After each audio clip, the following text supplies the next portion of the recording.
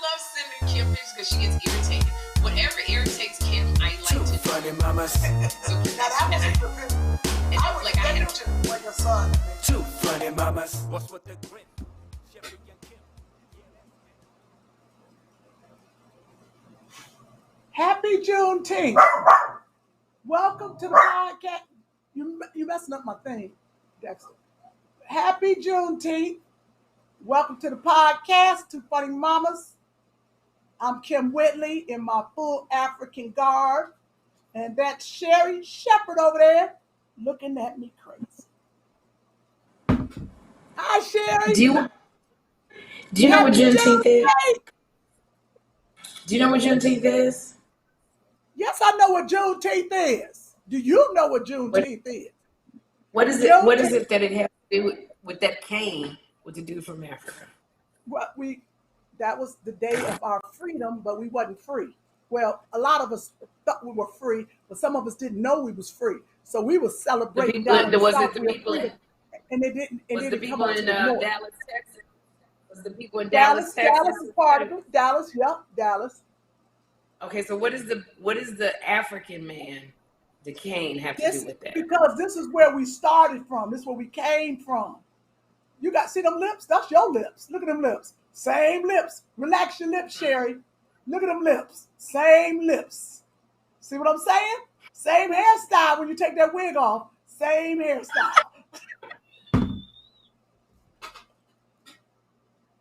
I gotta go to the bathroom. Okay. I got my African statues up. And what's with the scarf? Okay. I felt I was going to bring it all together. The American flag, our heritage, I put it all together, and Asian hair.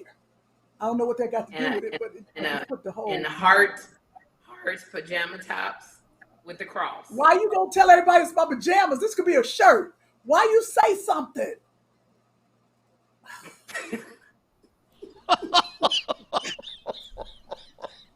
I love how Kym never takes accountability but blames others always. A tradition unlike any other. Oh my gosh. So you got the American flag on, an African head cane with Asian hair, and a Jesus cross. And my stick. And the movie Sounder, the prop from Sounder. Did you say Tyson? Sounder? I said Sounder. Wow, that was a good reference. I got that. That was good. Or maybe it's Fame Costs. It's Debbie Allen's stick. Fame Costs. That's right, Debbie Allen in Fame. She had that stick. I got to do a character like that. Freedom Costs. Sherri, you're a little. Are you far away from your mic? Chris, you don't speak unless spoken to today. Oh, is this? That's fair. Today. That's fair. Oh, jeez. I was just gonna say your listeners can't hear Sherri that great because you're kind of far away from your mic. That's all. That's all I was saying. I'm sorry. Chris, I would stand up. Yeah, why don't you stand up? I can't. Kym's a little cheeky today. Why can't you stand up? I'm wet from the waist down. Because I got in the pool and ran. Because I was exercising in the pool. I wasn't fully in the pool. But I had to hurry up and get in the pool because I knew we had the podcast. So I jumped in half clothed. But I got clothes on. But if I jump up, they might see my the rest of me. Your white booty. Is it white? Is it? It was white. No. It was white. I couldn't even believe. No, sir. I want to get up and turn this air off, but I can't for the people because if they see my white dairy hair, they're not gonna believe I'm part of the people. Go ahead, Kym. I got you. Oh, all right. Goodness. Well, Kym tends to that. Well, I'm standing up. Don't be funny. Okay. Nobody can see you. I can. Nobody can see you. Chris, Only Chris. I gotta do some squats, Chris. Shut Reminds me of high school in my rural town in middle America. Right, them big, because I got big draws on, Chris. I'm back. No, I got big. Never mind. Here you go. Big old panty draws on. Welcome back. Thank you, Chris. I'm sorry I spoke to you the way I spoke to you earlier. It's your day. You do as you please. We say Juneteenth. I'm trying to find these pictures I got to send Sherri. Well, y'all welcome. Welcome to Two Funny Mamas. Juneteenth celebration. I don't know what the camera to look at, but the fact that there's multiple non-working cameras 4 years into a podcast setup. I'm going to get it together. You know One what? I day. have not done stand-up in a minute, Sherri. There's so many problems over here in my life. I'd be motivated by Sherri. I'd be motivated by Sherri Shepherd. We said we was going to talk about stuff, and I said, oh, me and Sherri going to talk about that on the podcast. I ain't writing none of it down. How was your show? How was your show at Nate Jackson's? Let's start there. How are you? I'm fair to middling, Sherri. Fair to middling. Okay, fair to middling. Okay, I'm with you. Sherri, ride this wave, please. We've got a. There's some kind of manic something happening, and you're going to need to ride this wave. Of course, anything with Kym, as far as manic, it organically happens, and then you sit back and let the wave go, let the tornado go. I'm trying to think because there's stuff that we are promoting. There's stuff that I want to give you flowers about. There's stuff I know. See, you wrote your stuff down. I want everyone to notice that Sherri has gotten more intelligent since she's got this talk show. Sherri used to be just. When I tell you now, and she don't realize, this is why I try to tell the kids. If you read every day, you're going to get more intelligent. Just read. So that's what Abraham Lincoln used to do. He used to read every day out loud for 20 minutes. And that's why he was intelligent. Sherri was like a C right before her talk show started. Now she done raised her grades up. She like a A. Look at her glasses. Ain't that intelligent looking glasses? She got better clothes. But Sherri can talk about any subject because she done got intelligent. She on her second season. So she has really been studying talk show life. She looks at all the news. She look at all the Instagram. She looks at everything. So her intelligent meter is high. Well, thank you. I'm going to receive that. Because the moment I go, I can't believe you said that. Everybody's going to jump on me and go, why you being so mean to Kym when she's demeaning you? You so mean to her and she demeans you. Why would you do this to Kym? We were going to talk about something too. We did. We said we were going to talk about something, and you said, no, I'm not going to talk about it, because as soon as I talk about it, our fans going to get on us. Sherri's curious. She did pre-show after she was saying how excited she was that I'm 40 now. No, pre-show. Oh, Chris, happy birthday. Subtle. Oh, my goodness, we forgot to wish Chris a happy birthday. No, you sent me a video of you two at breakfast. You two sent me a video that you would beat the hell out of me if I would have posted it anywhere else other than for personal. I got the video. I go, cool. I can't share this with literally anyone else. Not one person. Not one person. We looked that bad. We looked that bad. Didn't No, we? you looked fine, but you would not have been happy. I'd have killed him. Okay, yeah. Yeah, Kym would have been so mad. Look, here's your reminder. And, Sherri, you wanted to talk a little bit about the election with Kym and where you feel, and that's what you were talking about. I don't know if you wanted to dive in, but that's what you had mentioned talking about. Right. You know what? Before that, we want to say happy birthday to you, Chris. I know this is the last year you're in your 40s. You were talking about. No. That's not what you said. I just turned 40. Right. Oh, you just turned 40. Right. So he got all 10 more years before he got to use that blue pill. That's what he was saying. And you still on the third box from the bottom that you can check about your age. So you're still good. You like it 34 to 40. So you're good. You say the third box from the bottom. That's hilarious. Yeah, because I'm the first box from the bottom, which is, oh my goodness. So happy birthday. Because as long as my box is working, I'm young. I think I should go take a nap. Maybe I should take a nap. Look at Chris, I'm gonna call me. But I like this, Chris. You now have to give your mama some grandbabies because this is getting ridiculous. And you better not look over here because ain't nothing coming out of here but dust. So you got to go find you some young. I'm gonna go to the lab and I go, what do you got in the Kym Whitley? Yes. Yeah, that's what you got to do. What's the you got to do that. Wait, I wanted to show y'all something, what we're doing today. Let me take my camera because I'm going to ask Chris and Sherri, what we doing with all that right there? What, that whole shelf is Two Funny Mama stuff that we have not dealt with.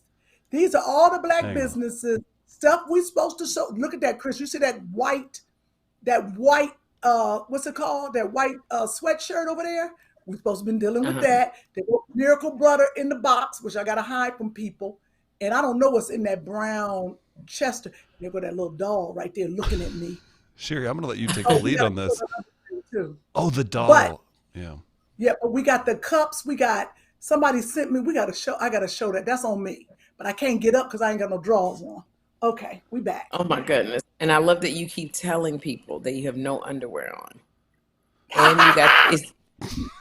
No, you know that movie Trilogy of Terror with Karen Black? That's what that looks like. Yeah, that was racist. We should have told them about that.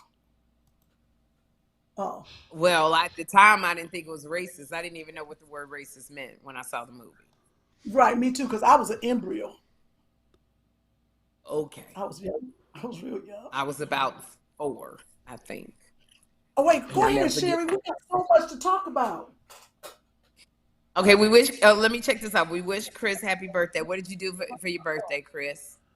Yeah, let me write some. Oh, my gosh. Yeah, my business partners were great. They surprised me. We did they called it Decades of Denman. We just shut down on Wednesday and we went to 5 different places around St. Louis and ended up meeting a bunch, 30 people at a restaurant. But we went to a putt-putt golf place, a paddle boat place, arcade. It was fun. We just drank and hung out and bounced around. A bunch of random people showed up. So then I had dinner with my family on the weekend. It was great. So yeah, it was a nice time. Yeah, it was a good time. Did you get a prostitute? I'm sorry? What? Chris, have you ever done that? Have you ever ordered a prostitute? No, I haven't. I think I don't have a problem if people want to do it. That's fine. Do your thing. I think it's probably. You need to be worried about having a grandchild for your mother. So let's take away. You guys, let's not make the show about you two today. Let's just dive in on how I could knock somebody up. I'm sure have a grandbaby. Yeah, I should. I don't want to be 80 showing up to kindergarten. No, exactly. Oh my God! I attached Jeffrey's Uber to my Uber, so it tells me every time he gets his location. That's so good. Because he was supposed to. I was in Tacoma sleeping, and Jeffrey was going to hang out with a friend, and his mother calls me, and she's like every weekend, Jeffrey and I would take the train to this little diner in Soho. So Jeffrey likes to go there by himself. So he takes an Uber with whoever friend. And he put in an address. It was the same address, but it was all the way in Long Island. So she calls me. She's like, uh-oh, what's he calling for? Hold on 1 second. Hold on. See what happens. Chris, you can put me up. Hello? Oh, I got to go open the door for you. Gotta go open the door for you. Chris, I said you could put me up. Oh. Now you're going right. Yeah, you could have showed all of that. She walking away. What's wrong with the buttons, Chris? Or you could put me and you up. You wasn't listening, were you, when she said I got answered this call? I didn't think it was. I don't know if she would. She was taking. She Oh, took now stuff. my door is ringing. Well, again, the people tune in for Chris Denman on Two Funny Mamas, so you're going to get plenty of that. That apparently. Look, my phone is ringing and I can't get up and get it. It's my front door. Can anybody get the door? I know, but you got your panties on. Go ahead, Kym. Why don't you go get everything that you need? Can anybody get the door? Kym, you're safe. Go ahead. Hold on. Well, it's going to take me 10 minutes to limp over there. Oh, that's right. You've got the cane. That's right. Kym is. I wanted to talk about her appearance at the Apollo. Oh my gosh! I heard that Sita Lewis was there and said it was incredible. Yeah, she was really good. The Apollo was honoring Babyface and Kym, the singer, and so Kym Whitley was the host for the night at the Apollo, and she killed it. They had some lives. I think Bevy Smith was doing a live, and okay, cool. Now we can see you sitting down. I was telling all of our listeners and viewers that they were honoring Kym and Babyface at the Apollo, legendary Apollo in New York, and that you were the host for the night, and you killed it. But how'd you feel? Well, let me tell y'all something. You got to have a good girlfriend. How my gay friend said, a good Judy, honey. And when I tell you Sherri Shepherd is my good Judy, baby, I was a nervous wreck. You understand? Because they called me last minute. Because Sherri didn't take the gig. But they called me last minute. So It's crazy. So I said, I'll do the gig. That sounds great. Not thinking of the whole thing. And they said, Usher and Babyface. You don't think about the people that are going to be there.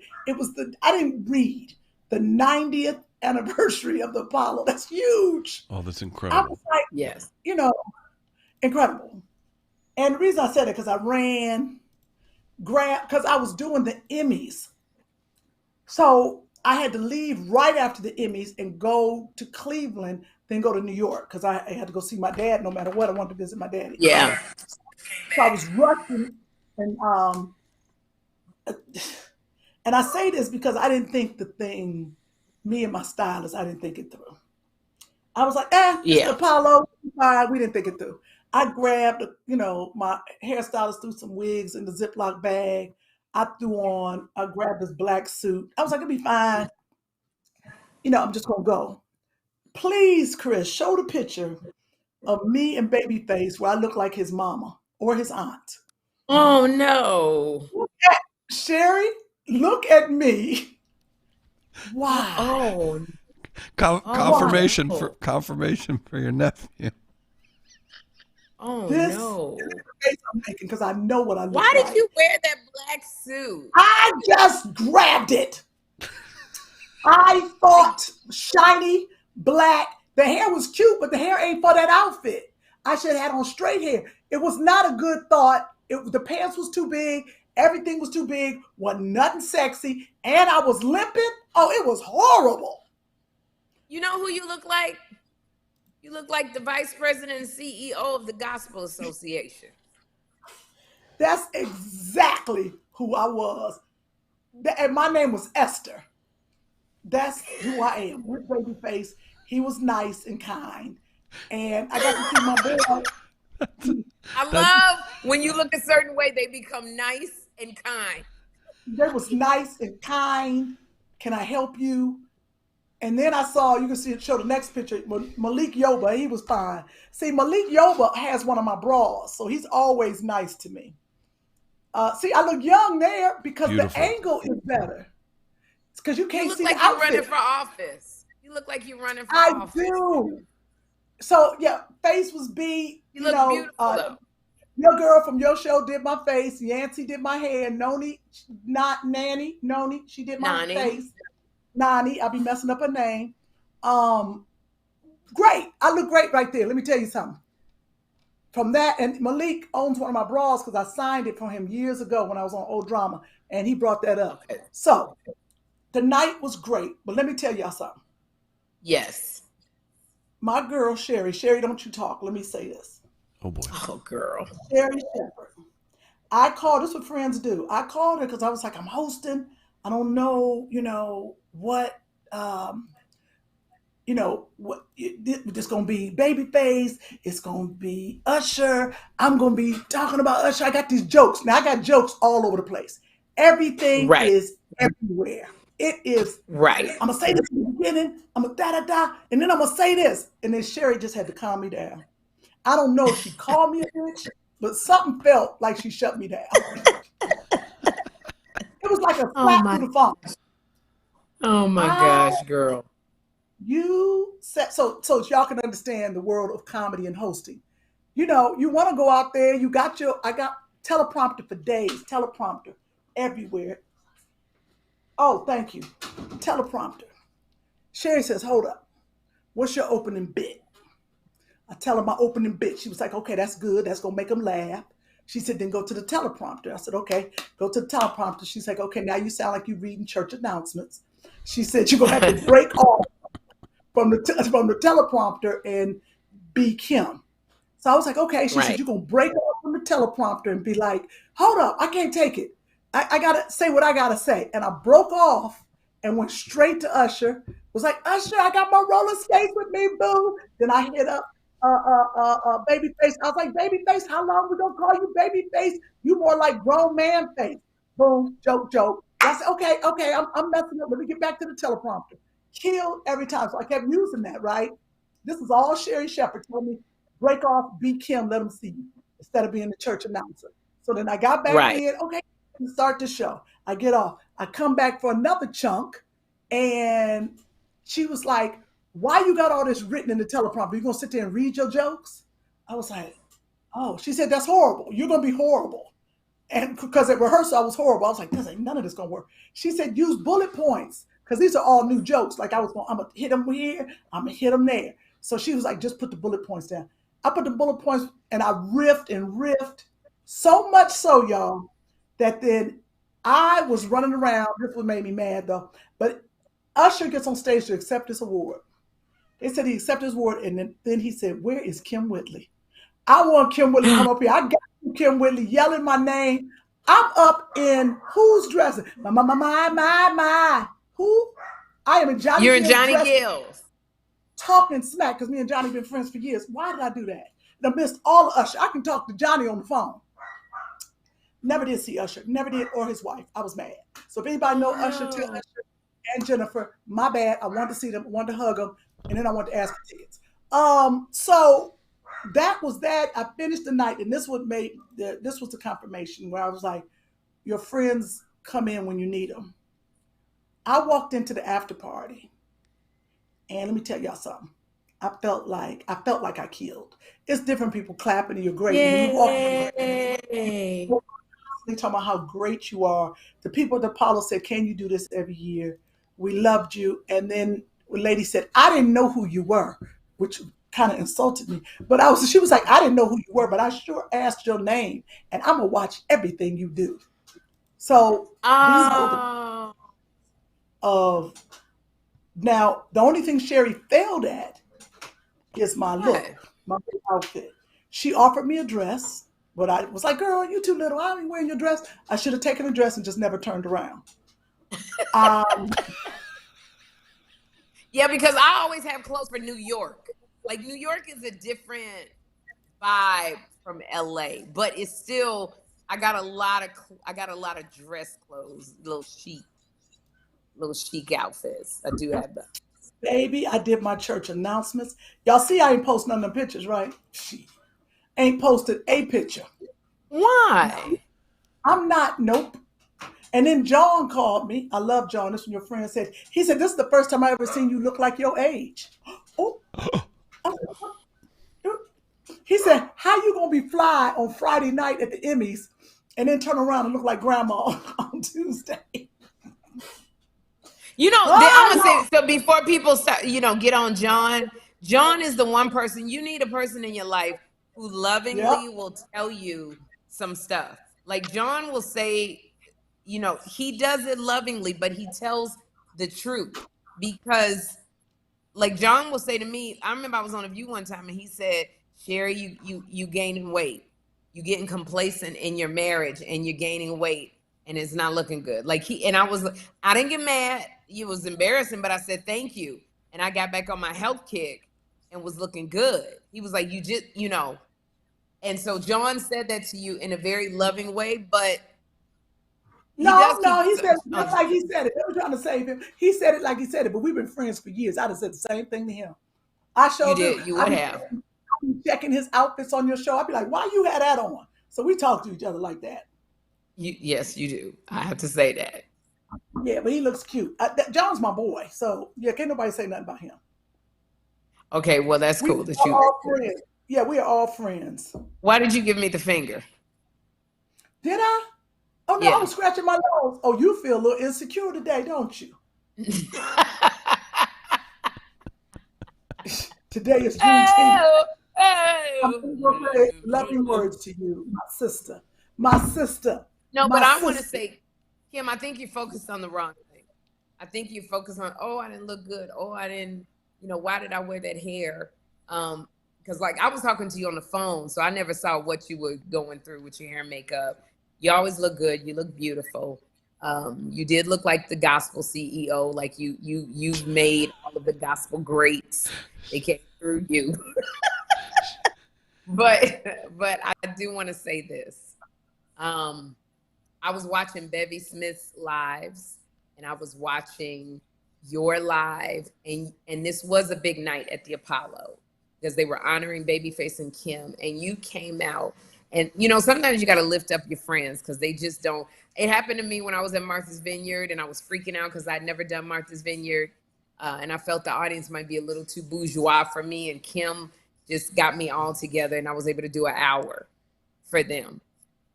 But I felt like once you realize, like I kept saying, you kept going, oh, but I only got 3 minutes to do this. And I had to remind you who you are. Sometimes we forget who we are. And I had to remind you, Kym, they not calling Janelle Smith, who's a vice president of Arm & Hammer Corporation, who's going to be a certain way. They're calling you Kym Whitley because they know you're bringing the funny, you're gifted at improving, speaking off the cuff. So they don't care if you do 11 minutes instead of 3. Because Kym kept going, the show's only supposed to be an hour. And they got me saying this. And I'm like, but you are Kym Whitley. This is why you're paid money. This is why they call you to do it. And I just had to remind you, and we just tweaked your stuff, and I got on you to be yourself. Yes, be the bourgeois Kym Whitley, graduate of Fisk University, barely, but be that person. And then go back to being ratchet Kym, who has a love for Babyface and Kym, because that's why. Hey, Babyface and Usher. I mean, Babyface and Usher. I've been saying Kym this whole time, girl. Babyface and Usher. Because I toured with them. I keep saying Kym, but they wanted to see that girl who is screaming for Babyface and Usher, because that you are regurgitating how they are feeling. So all it was you just had to get on that track. And I was so proud of you because you were out there giving your commentary and, on all of the men, and they were loving you. And I knew you could do it. And I was so happy for you. No, it was a lot of fun. I just was so happy for you because I was like, that is what a professional does. Chris, I'm sending you these pictures from this event that I went to. My eyes. What do you want to see first? Sunny Hoster. Are they all from the same thing? Yeah, from the same thing. Yeah, the ones I just sent you. So, Kym, you did an excellent job. Congratulations to you. And you should have been treated like royalty. You don't need that suit unless you're going to get Karen Bass back on. So shut your mouth. If you need a new rectory and you need to get out and get some donations, you save that bad boy. That's the suit. That's the suit that Congress. Look at this dress. See, I would have given you this to wear because that you'd have been. You didn't say that. I know I have a lot of clothes that I would have given you, Kym, to go out there. But you look good. That is pretty. There is That's how it's supposed to look. Can you put up the poster that I sent you? And that's okay. If you come back, I got that outfit, even in a different color. It's beautiful for you. I went Bevy Smith. If anybody knows Bevy Smith, she would always host these things called Dinner with Bevy.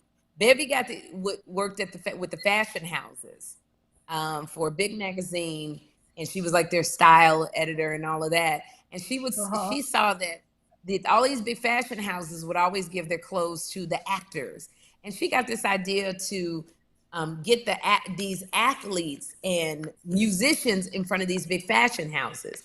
And she would have these exclusive dinners called Dinner with Bevy, where she would invite, the House of Gucci, Bevy the House of that night.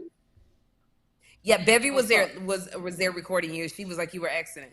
But Bevy used to have these exclusive dinners where she would have a rapper there or a musician or athlete and have all of the fashion houses meet them. And then they would start dressing these athletes. That's where you started seeing all of these athletes and musicians start, looking like fly in all of the designer wear. That was really Bevy. And she would curate authors and politicians and fashion houses. And this was an exclusive. Like, everybody wouldn't be invited to these dinners that Bevy gave. So Bevy now capitalizes on her connections that she has. And this movie people hired her to have a dinner with Bevy. So it was about a movie called The Supremes at Earl's All You Can Eat. And it's about three girlfriends who are at the bottom. I don't remember all of their names, Abigail, and I can't remember the other girls. They're three childhood friends who grow up to be Sanaa Lathan, Uzu Adobo, and Anjanou Ellis. And their husbands are, I can't remember all of the names. Darn it. Guy Pfeiffer. Bondi Curtis. Bondi Curtis Hall. Julian McMahon. Bondi Curtis Hall is in the black and white. Julian McMahon is the white gentleman. Mekhi Phifer and Russell Hornsby are their lovers' husbands. And it's such an amazing film. Well, no, there's a little storyline in there about why Julian McMahon, the white guy, is in there. But it really is a story about sisterhood and friendship. And, as we get older, things happen and how you have to count on your girlfriends. And so Bevy had a dinner celebrating this. And she invited, a cavalcade of very successful Black. We were all in one room together. I never go to these things, but I'm so glad I went. So it was like Tina Mabry wrote and directed this movie. She also wrote for Pose and directed for Pose, the series. Sunny Hawson was there in the yellow. Next to her is Sunny Anderson, the chef. She usually has curly hair, but she had long hair there. If you remember Sunny Anderson? Did we lose Kym Whitley? No, I'm saying from where? I know Sunny Austin. Sunny Anderson. Sunny Anderson is next to her with the white T-shirt on and the long hair. Okay. I had the wrong person. She usually, my Siri is dictating everything I'm saying. She usually wears curly hair, and that's one of the stars of the movie in there. I can't remember her name. That's my fault. And then we could go past that, Chris. It was so many. You have a video too. Let me know when you want the video. Yes, you can show the video. Tamika Mallory, the activist. You remember that? Is that? It's got music. You have to mute it. I'm just gonna cut them. Yeah, cut that. Here you go. Here's your video. So Tamika Mallory, you remember her? She's the activist. She's amazing. People always think they were cousins or sisters. Tamika. So we were there at the screening of The Supremes at Earl's All You Can Eat. And it was so very cool being with women that I have not been around. Yes. So this was us at a table. Huh? I said, look at you looking like a talk show host. Well, there you go. And I talked. Abby Hunter from CNN. I don't remember her name. Abby Huntsville, Abby Hunter. I can't. I'm messing all this up. That's where I go. I know you're talking about. She was there. Abby Huntsman. She was there from CNN. Anjanou Ellis was there. So now you can still show some more pictures. So now Lathan was there. There's Bevy. It was a lot of journalists there. The owner of Slutty Vegan. Remember we went there in Atlanta? Yeah. She was sitting right next to me. So it was a lot. You know what I loved? It was just like all of these, if there's any other pictures, Chris, all of these like very successful women. That's Bevy was hugging me. And I was so happy that she invited me. It was so cool, you know, because in order for you to manifest the life that you want and for dreams to be coming true, you got to show up and be in the room that the people are in. Lyris Cross, the plus size supermodel, was there. Candy Burris was there. I don't have her picture. Candy flew in. A girl from 1640, the 16 something. 16, what's that project? The 16 something project. I just saw the back of her head. She was there, yeah. It was a lot of people. And then, but my dress, did I send you a picture of my dress at the function, Chris? Because I loved it so much. That's colorful. I just got to check something while you're doing that. You're talking about about you standing outside? This one? No, that's not the one. What do you got to check? I just got to check one thing because you always, Alexa, is cavalcade a real word? Cavalcade, yes, it is. No, you're not. It is a real word. Yes. It means a procession of people riding horses or in horse-drawn carriages. So Sherri Shepherd used it wrong. It's a noun used to describe a parade or procession. Okay, a parade or procession. Okay, that was fine because wasn't no horses in that, Alexa. But if she used it in it was a procession of women. Cavalcade was good. Okay, I don't know where you got that word from or when you ever have used it. Just a big shout out. Big shout out to all our viewers from the lockdown days. Siri, welcome back. It's been a while. Siri was a big big part of the show. She on my computer. I sent you 2 more, Chris. Okay, I'm on it. Good grief. Cavalcade has always been in my head. I don't have all of I can't, this is where didn't do my research, but to be in a room with very, very successful women who were doing really big things, like to be across the table talking to Tamika Mallory. Tamika is an activist. Tamika is feet on the ground. If there's something going on, Tamika is down there, you know, galvanizing everybody, you know, to march. And so to hear her speak was really cool. She inspired me. Then on the other side, I got Nicole Ari Parker, your friend. You and Nicole are very good friends. Yeah. And she was talking to kids going to Harvard, you know, and excuse me, Howard and Cornell, and Sunny Hostin was talking about her kids. And it was just, you know, Sunny Hostin was talking about this book. She's written the 3rd book. They're about to option it into a movie. She's starting a new one. And I was sitting here getting inspired because I want to write a book. It was just very cool to be in this room. And Bevy didn't put me next to people that I knew. And also, there was one young girl who's in the movie, and she needed advice about what do you do when your family is asking for money all the time? Because we deal with that, Kym, you know, and it was nice to be able to give, well, me more than you. But it was nice to be able to give advice, is what I'm saying, and be in the room and be inspired. Now, my dress. Oh, wait a minute. I didn't know that dress was a 2-piece. It's a 2-piece. No, I wasn't going to wear that. No, I wasn't going to wear that. Kym, listen to me. You could have worn this on the stage at the Apollo, and it would have looked so good on you. First of all, you don't have your old titties, so let's start there. Mine would have been at the line of the stomach. You can wear stuff like that, but put your old little breast up in there and you wouldn't have had that on. So don't show me outfits like that anymore, because you know I can't put my breast in there. Kym, I bought it when I had my old breasts, okay? And they look good when I had them, and I put it on. As a matter of fact, it was too big because I ordered the size for my old breasts.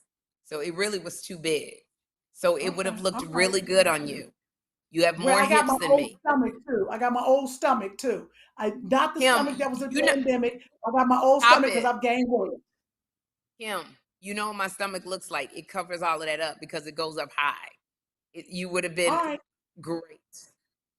And I have another one for you, and that's Lyris Cross, plus size supermodel, right there. And when I tell you, Lyris stepped on my dress, on my skirt, and the whole thing came down and my damn underwear was showing. I was like, Lyris, get up. You know when your skirt is too long, people keep stepping on it. I was like, Lyris, my panties are showing. Good grief. But we pulled it off. She was on who's that one with Heidi Klum and they come down the runway? Project Runway. But she ain't really plus. I mean, she's plus. That's really just Meg Thee Stallion. That's just normal now. No, well, Meg Thee Stallion would not be a supermodel's. Kym, that is plus size, Lyris, and Megan, because regular supermodels are a size 2. So anytime you go over into double digits, you're considered plus size, even though Lyris is not big. She's just thick, sister. And she looks amazing, but she's considered plus size. And she holds that title proudly, a plus size supermodel. Her and Ashley Graham. So it was just, I don't want to belabor the point, but please go see the Supremes at Earl's All You Can Eat. Because when August, it's coming out on Hulu. It's coming out on Hulu August 23rd. And can I tell you, Ingenue, Sanaa, and Uzu, oh my goodness. I cried during the whole daggone movie. It was so cool about friendship. But you know what I want to see now? And I know we have Girls Trip. I want to see more movies about girls and friendships and, you know, all of that. And I love seeing them at this age. And I love seeing them at this age having sex. You know? I loved it. So that's what I did yesterday. My feet were hurting so bad in the shoes I had on, so I had to come home. I couldn't stay. Candy Bird says to me, this is what she says to me, and I love Candy. That is my girl. She comes up to me, she goes, what we gonna do next? I said, we gonna go to bed is what we gonna do. You flew in and you got that escape energy right now. Yeah, yes. I don't perform all night and be doing 19 songs. That's you.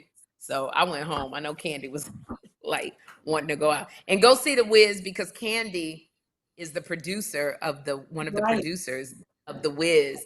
And she was also one of the producers of The Piano Lesson. And was it The Piano Lesson? I think so. And she's also producing a big major one coming out with 2 huge stars. She going for that EGOT.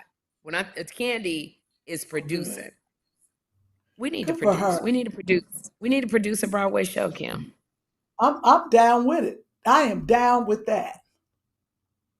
You know, I can't even get you to pay the bills for 2 funny mamas. You better hope I got my comedy together for Martha's Vineyard. That's what you better hope. Because I ain't been on stage. We have to promote. We're gonna be fine. We're also, anybody who is watching us, if you come to Martha's Vineyard, we're going to be at Martha's Vineyard August 2nd through the 4th. We have 2 shows on Friday and 2 shows on Saturday. You can go to Martha's Vineyard Comedy Fest.com. Martha's Vineyard Comedy Fest.com. And I'm telling you, tickets are going to sell out because the theater is not very big. So tickets are going to sell out fast. So we want to let you know, if you are out in Martha's Vineyard, Kym and I, 2 funny mamas. Do we have any tickets for comp? Do we have any tickets to give away? Because there's some young men I'm going to need to invite. We have no comp tickets. Okay, well, let me buy 2. Well, that comes out of you're going to have to buy them because we have no comp tickets. You do that for me. Buy them for me, Sherri. I'm going to forget. We have no comp. I'm going to have to buy some because I got to have some. Let me tell you, and Kym is serious because we rented a house. We rented a house in this venue, and there's not very many homes left because everybody converges on Martha's Vineyard. This is the weekend where it is the most amount of Black wealth on an island. You got everybody there. The Obamas are there. Everybody. Spike Lee is there. Everybody got a house there. Everybody got a house in Martha's Vineyard, and so we had to rent one.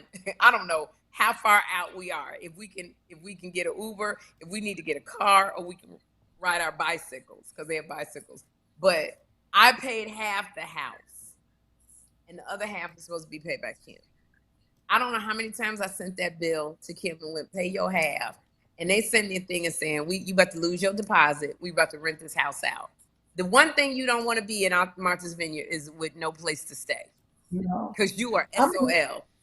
I don't understand why the 51% person didn't just pay it out of our account. I'm still trying to figure that out. Why you ain't you the boss, right? I You the could have done boss. that. You sure could have. Yeah. I was like, what we doing? So you'll get reimbursed. It'll just get added to your money. You gonna forget. No, I'm not. I don't forget to be paying bills. I told you I found that. August 2nd and 3rd. Martha's Vineyard Comedy. Oh, it's not Fest. Martha's Vineyard Comedy.com. We're at the Strand Theater in Oak Bluffs. Yep. So please come out. We got some limited edition stuff that we're gonna be selling. We got some Two Funny Mamas merchandise we're gonna be selling. And that's really it. You're not gonna see Kym and I anymore until next year. So Kym might even wear pants. Who says that? She gonna wear pants. It's not a date that you might want to be like, oh, Kym, let's do. Because you're working on yourself, right? Yeah, I'm working on some other stuff. It's just like when you do, excuse me, don't look at me crazy. Was somebody upset when somebody was promoting the Kyms of comedy? Don't think so. I don't think so at all. Don't give me the finger. You know why? Because I'm not insecure like that. I was pushing my nose. I'm not insecure like that. When Kym was like, it's gonna be Kym Fields, Kym Whitley, Kym Cole, and the Kym that was on the Wayans, Kym Wayans. We doing the Kyms of comedy. It ain't gonna be Kyms in the S. It's gonna be Kyms without the S. The Kyms of comedy. I don't Girl care. with the S not gonna be with us. You ain't got to worry. As soon as I get this game together, you just wait. You just wait. The Kyms of comedies. That's all right. Motivate me as well. Motivate me to cavalcade.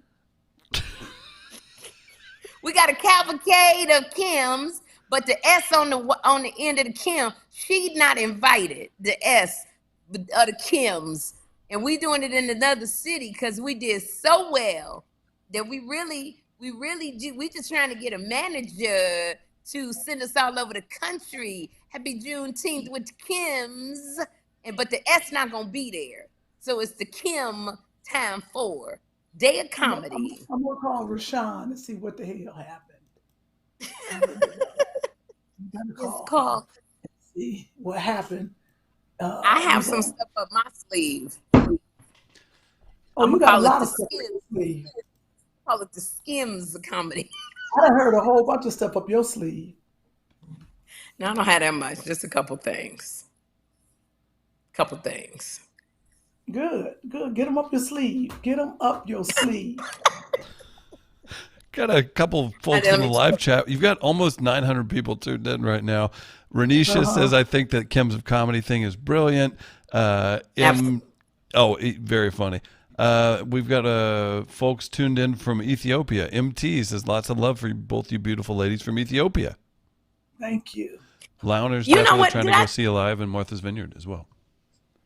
I hope you can make it. You better find some place to stay. This is not, Martha's Vineyard don't have like a Holiday Inn. Like if you come to Martha's Vineyard, you have to have a place to stay. Because this is where, when I tell you people come for the entire month of August and it's crowded and everybody has locked in stuff a year ahead. So I'm really kind of talking to people who are always at Martha's Vineyard because it's the lodging is where you're gonna, probably have the most challenges. Did I tell you how the movie was with Tyler Perry? I think I told you, Chris. If I talked about it, I'm not going to talk about it. I think a quick reminder never hurt anybody. It's a pretty cool thing you're working on. It's called Straw, and it is with second lead to Raji Henson and Tiana Taylor. It's a very intense drama. Kym helped me out a lot because she gave me a person who helped me. I was in 46 scenes and I had 23 scenes with dialogue, and I had to memorize it all in 2 days. I thought I was gonna lose it, but I memorized 23 scenes of dialogue in 2 days, and it made me realize I can do it. When you put your mind to something, that you think you can't do, but you have to do it. You have to do it. You must do it, and there's no other option but to do it. You Right. make your mind do what it's supposed to do, or your mind tells your body what to do. So I did it, and we wrapped a couple weeks ago. And Tyler Perry, I have to say, fame costs. This is where we start. That's it. Tyler Perry was such an inspiration to me. Tyler Perry, if y'all have never been to Tyler Perry's studio, when you next visit Atlanta, or if you live in Atlanta, please go by the Tyler Perry studios if you want to be inspired to put bigger dreams onto God. Mm-hmm. This studio, I cried every time I went into the studio, because this is a man who was homeless, lived in his car, abusive home, violent home, who dreamed this. And most people, and Kym, I think you would agree with me, if somebody came up to us and said, I'm gonna have my own movie studio, we would go, okay, God bless you. All right. Right. It's something that we wouldn't, because you have established studios. So you always think you don't need another studio. You can get a production deal, but we don't need another studio. And the fact that Tyler Perry dreamt this up, his studio is bigger than the top 5 studios put together in LA. Huge. It's even bigger than that. It's huge. The number of African-American people that he employs, you cry. It's so inspiring. And so you may not agree with everything, how Tyler operates, but you will be proud. I'm telling you, going into that studio. You have no choice. See, that's the difference. I'm a Tyler Perry. I'm not even a fan of his. I love him. Like I wanna just be with him and be in his presence. See, a lot of people look at Tyler Perry and how he did it, and it cracks me up, because I'm looking at people like, does it matter how he did it? He did it. He ain't hurt nobody doing it. He did it. He might not have given you all the money you wanted, but he gave you some money.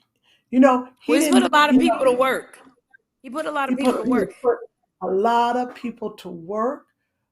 He is, and they've been able to make very good living. I'm sorry to interrupt you. You remember the show Sisters? No, they came. Sisters came on my show, and there's one actress from Sisters, and she also has a spinoff with Duvall Ellis, and her name is Crystal Hazlett. And I remember she said to me, she was a wardrobe stylist, and she had a dream. She wanted to be an actress, and we've all had those dreams. I was a legal secretary. You were a teacher, so she was a wardrobe stylist for Tyler. And she stepped out on faith and told Tyler, I want to be an actress. And so he gave her a chance. And she's one of the star sisters and the spinoff. I don't remember what the name of it. And she is so good and so funny. And it's like, because she stepped out on faith, and she's doing very well. So you got all of these actors. And I know when you went to the grand opening of his studio, he named a bunch of the sound stages after people that he admired. And he gave all of the people who have worked with him a star on his studio lot, akin to the Hollywood Walk of Fame. And something like that, to me, they may not have had a star at the Hollywood Walk of Fame, but the fact that they were acknowledged and seen, I love that. And he buried a Bible when he opened that studio in the concrete of the studio. Him and his little son, I saw it in the video. They had a square right there, and he placed a Bible in that concrete at the studio. I said, wow. He's very, very much a prayerful man. And I'm going to say this because Tyler has you sign NDA agreements. So before I talk about anything, and it's funny what I want to talk about, I have to ask permission. But we did get to go to his estate. And he said, Sherri, I want you to come here because I want you to be inspired. And he did. It inspired me. But the thing that I do believe I can talk about, Tyler has prayed over me twice. He prayed over me when I was at The View. He came to The View, and I was just going through something. He said, I don't know what you're going through, but he just put his hands on me and started praying. I'll never forget. I don't know if Tyler remembers, but I remember. And he prayed over me when I was in Atlanta. And I don't really remember what he prayed over me because I was going through my stuff. But he put his hand on my shoulder and he was praying over me. And I appreciate that. But, you know, he's always... He ain't never prayed over me. I'm just going to say. Tyler well, ain't maybe never instead of... Maybe... I'm going to tell you how you pray over.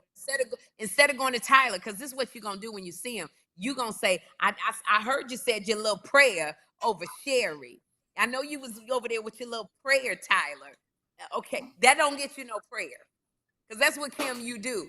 I heard you was with Sherri was over there on your little studio, Tyler. Sherri said she came to your little estate. You like to put that little in front of stuff, and it stops men in their tracks. So if you want a prayer, don't go to Tyler going, I heard you did a little prayer over Sherri. Go to Tyler and go, Tyler, Sherri talked about how you prayed. Can you put your hand on me? Not your little hand.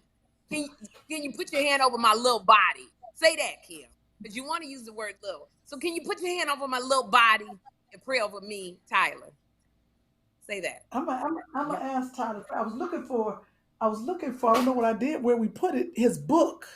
You know, he sent me a book of, you know, that. Is it on that the shelf with all the other stuff? That shelf with all the other books. Or maybe it's holding up your holding up your desk. You know what? The way I can't. The problem is I can't stand up. If I could stand up. I know you ain't got no panties on. Right. But you ain't got no panties. I was gonna say your friend. Can we do a remix of that song? But I ain't got no panties on. I ain't got no panties on. Sherri, I learned this a few months back. If we do want to do anything with Craig, that panties song that he does, I would go through you to make sure it got done. Yes, because I like that I ain't got no panties on. If we had Craig Robinson do the Kym Whitley remix of No Panties On, that's a hit. We should have him on as a guest and ask him. I ain't got no, and let Kym. Kym ain't got no panties on. Ain't got no panties on. Panties on. I hurt my leg. Oh no. This is the ADD she got. She is looking for the book. Well, I am looking because you know what? My office just got reorganized, but I had to hide the book because you know what happened with the book, right? I had taken you had it under your desk. Yeah, holding up on an uneven side of the desk. The dog ate one of my books. There it is. And the other book, I had it out because I had a party, so I wanted everybody to see this great book. But there's a sleeve that Tyler put it in so it won't get messed up. Well, I had it out the sleeve. Girl, somebody put their coffee cup on it. I said, who does that? Black people. I was like, who does I have that? to disagree with that, Kym. I'm sure that there are white people who put their coffee cup on a book. Ask Chris if you don't. That's true. Can't say I've ever seen it. Well, don't ask Chris. Because I don't know what the book is. I tell you. Look at this. Just look at this. This is why Tyler Perry. Can I tell you why Tyler Perry hasn't hired you yet? Because you won't pay attention to what he says. You got ADD. He would be in the middle of a groundbreaking prayer, and she would be asking Joshua why the painter hasn't gotten there yet. Yeah, she'd be answering the phone. Why Tyler is praying. Oh, it's DoorDash. Hang on, Tyler. Oh my God, the girl. I got it. Wait, hang on. I ain't got no panties on. Panties on. Panties on. I ain't got no panties on. Panties are for kids. I ain't got no panties on. Panties on. Panties on. Wow, Sherri. Wow. I couldn't think. I'm not a rapper. Couldn't think of nothing. That was good. Got the point across. All right, thank you. Kym, you're free to sit down. Yeah. Since you got the book by Tyler Perry, I will send him this clip. Oh, if you all could see. Oh, I'm sorry, Sherri. Go ahead. No, what'd you say? I got it. Wow, you should see the belated birthday present I just got on this off camera. Meow. Because Kym ain't got no panties on. Oh my goodness. It's in this big old sleeve. Look at this. Look at this. This is what Tyler Perry sent me as a gift. Oh, that's nice. So look, it comes in the sleeve, which I had to put it back on because people was very Somebody put their coffee. Yeah, so that comes off. And then, I'll tell you this thing heavy. Then here's the book, right?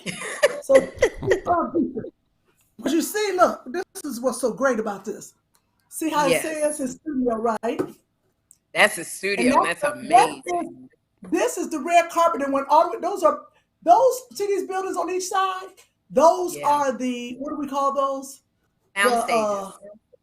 The sound stages, and that's us walking in the middle. Now, you know I was nowhere in that picture because I was way in the back talking to somebody. Oh my gosh. Wait a minute, this is the best thing about this. Let me tell you about this night. This is the funniest night. This is why I know Tyler Perry loves me. Let me tell you why. So I get there, right? Look at this, is ridiculous. This thing is so fantastic. So when I get there, right, I go to my seat and look at this is absolute. Look at the people that were there. Look at the people that I was touching. I was touching the hem of their garment. Okay, this is ridiculous. This is our punishment for how good she was earlier. I know. Yeah. Okay, wait. You didn't even. What? No. Can you find it? Hold on. Tequila. You were like Anita Baker when I went to see Anita Baker in concert. Anita Baker, somebody gave her flowers, y'all who are listening and watching, and she opened up the card and read the whole thing while we just sat there. As I'm trying, the book is too heavy to pick up. So wait a minute now. Hold on now. Wait a minute, y'all. So listen. Let me show y'all something. See, that's Oprah. This is Anita Baker when she was talking to the band. Anita just started talking to the band. Wasn't even singing them. She's talking to the stage manager now. So let me show y'all something. See, this is a great picture right here. Look at this. This is on page probably 4 or 5. When I tell you this book is, this a book. This I don't know how much but he sent this to everybody who came. Look at this. Look. Oh, this is heavy. See this? Can y'all see it? Okay. Yes. So see this picture right here with all the people standing. So we were sitting there. Yes. That's how we ate, right? So we was eating. This was the best part of this story. I'm gonna tell it. So he had different levels. There was the back level. Then he had tiers. There was another level on his table. Then you went down, another level going toward the stage. Then there was the flat level right in front of the stage where Beyonce, Oprah, long table, the Carters, not the Carters. What's the other people? What's the white man we liked as president? Clintons. Yeah. The Clintons. I thought you meant Jay-Z and Beyonce. I thought you were talking about Jay-Z and Beyonce. Jay-Z and Beyonce was there. So listen, I'm walking in. I ain't never told this story in public. So I'm walking in. I'll never forget. And I was going down. I was like, where is my table? And I got to like the second tier, right? So the bottom floor that's the big wigs. And I remember Anthony Anderson, he was like on the second or third. He's like, where you going? He said, I don't know why. He said, you can't. He said, your table's probably back there. He pointed behind his table. Like he at the second level. He pointed behind him. I'll never forget it. So I was like, oh shoot, maybe I ain't supposed to be down here. I looked at my ticket. I looked up. I said, oh no, my table right there. Right next to the Clintons. I was like, see ya!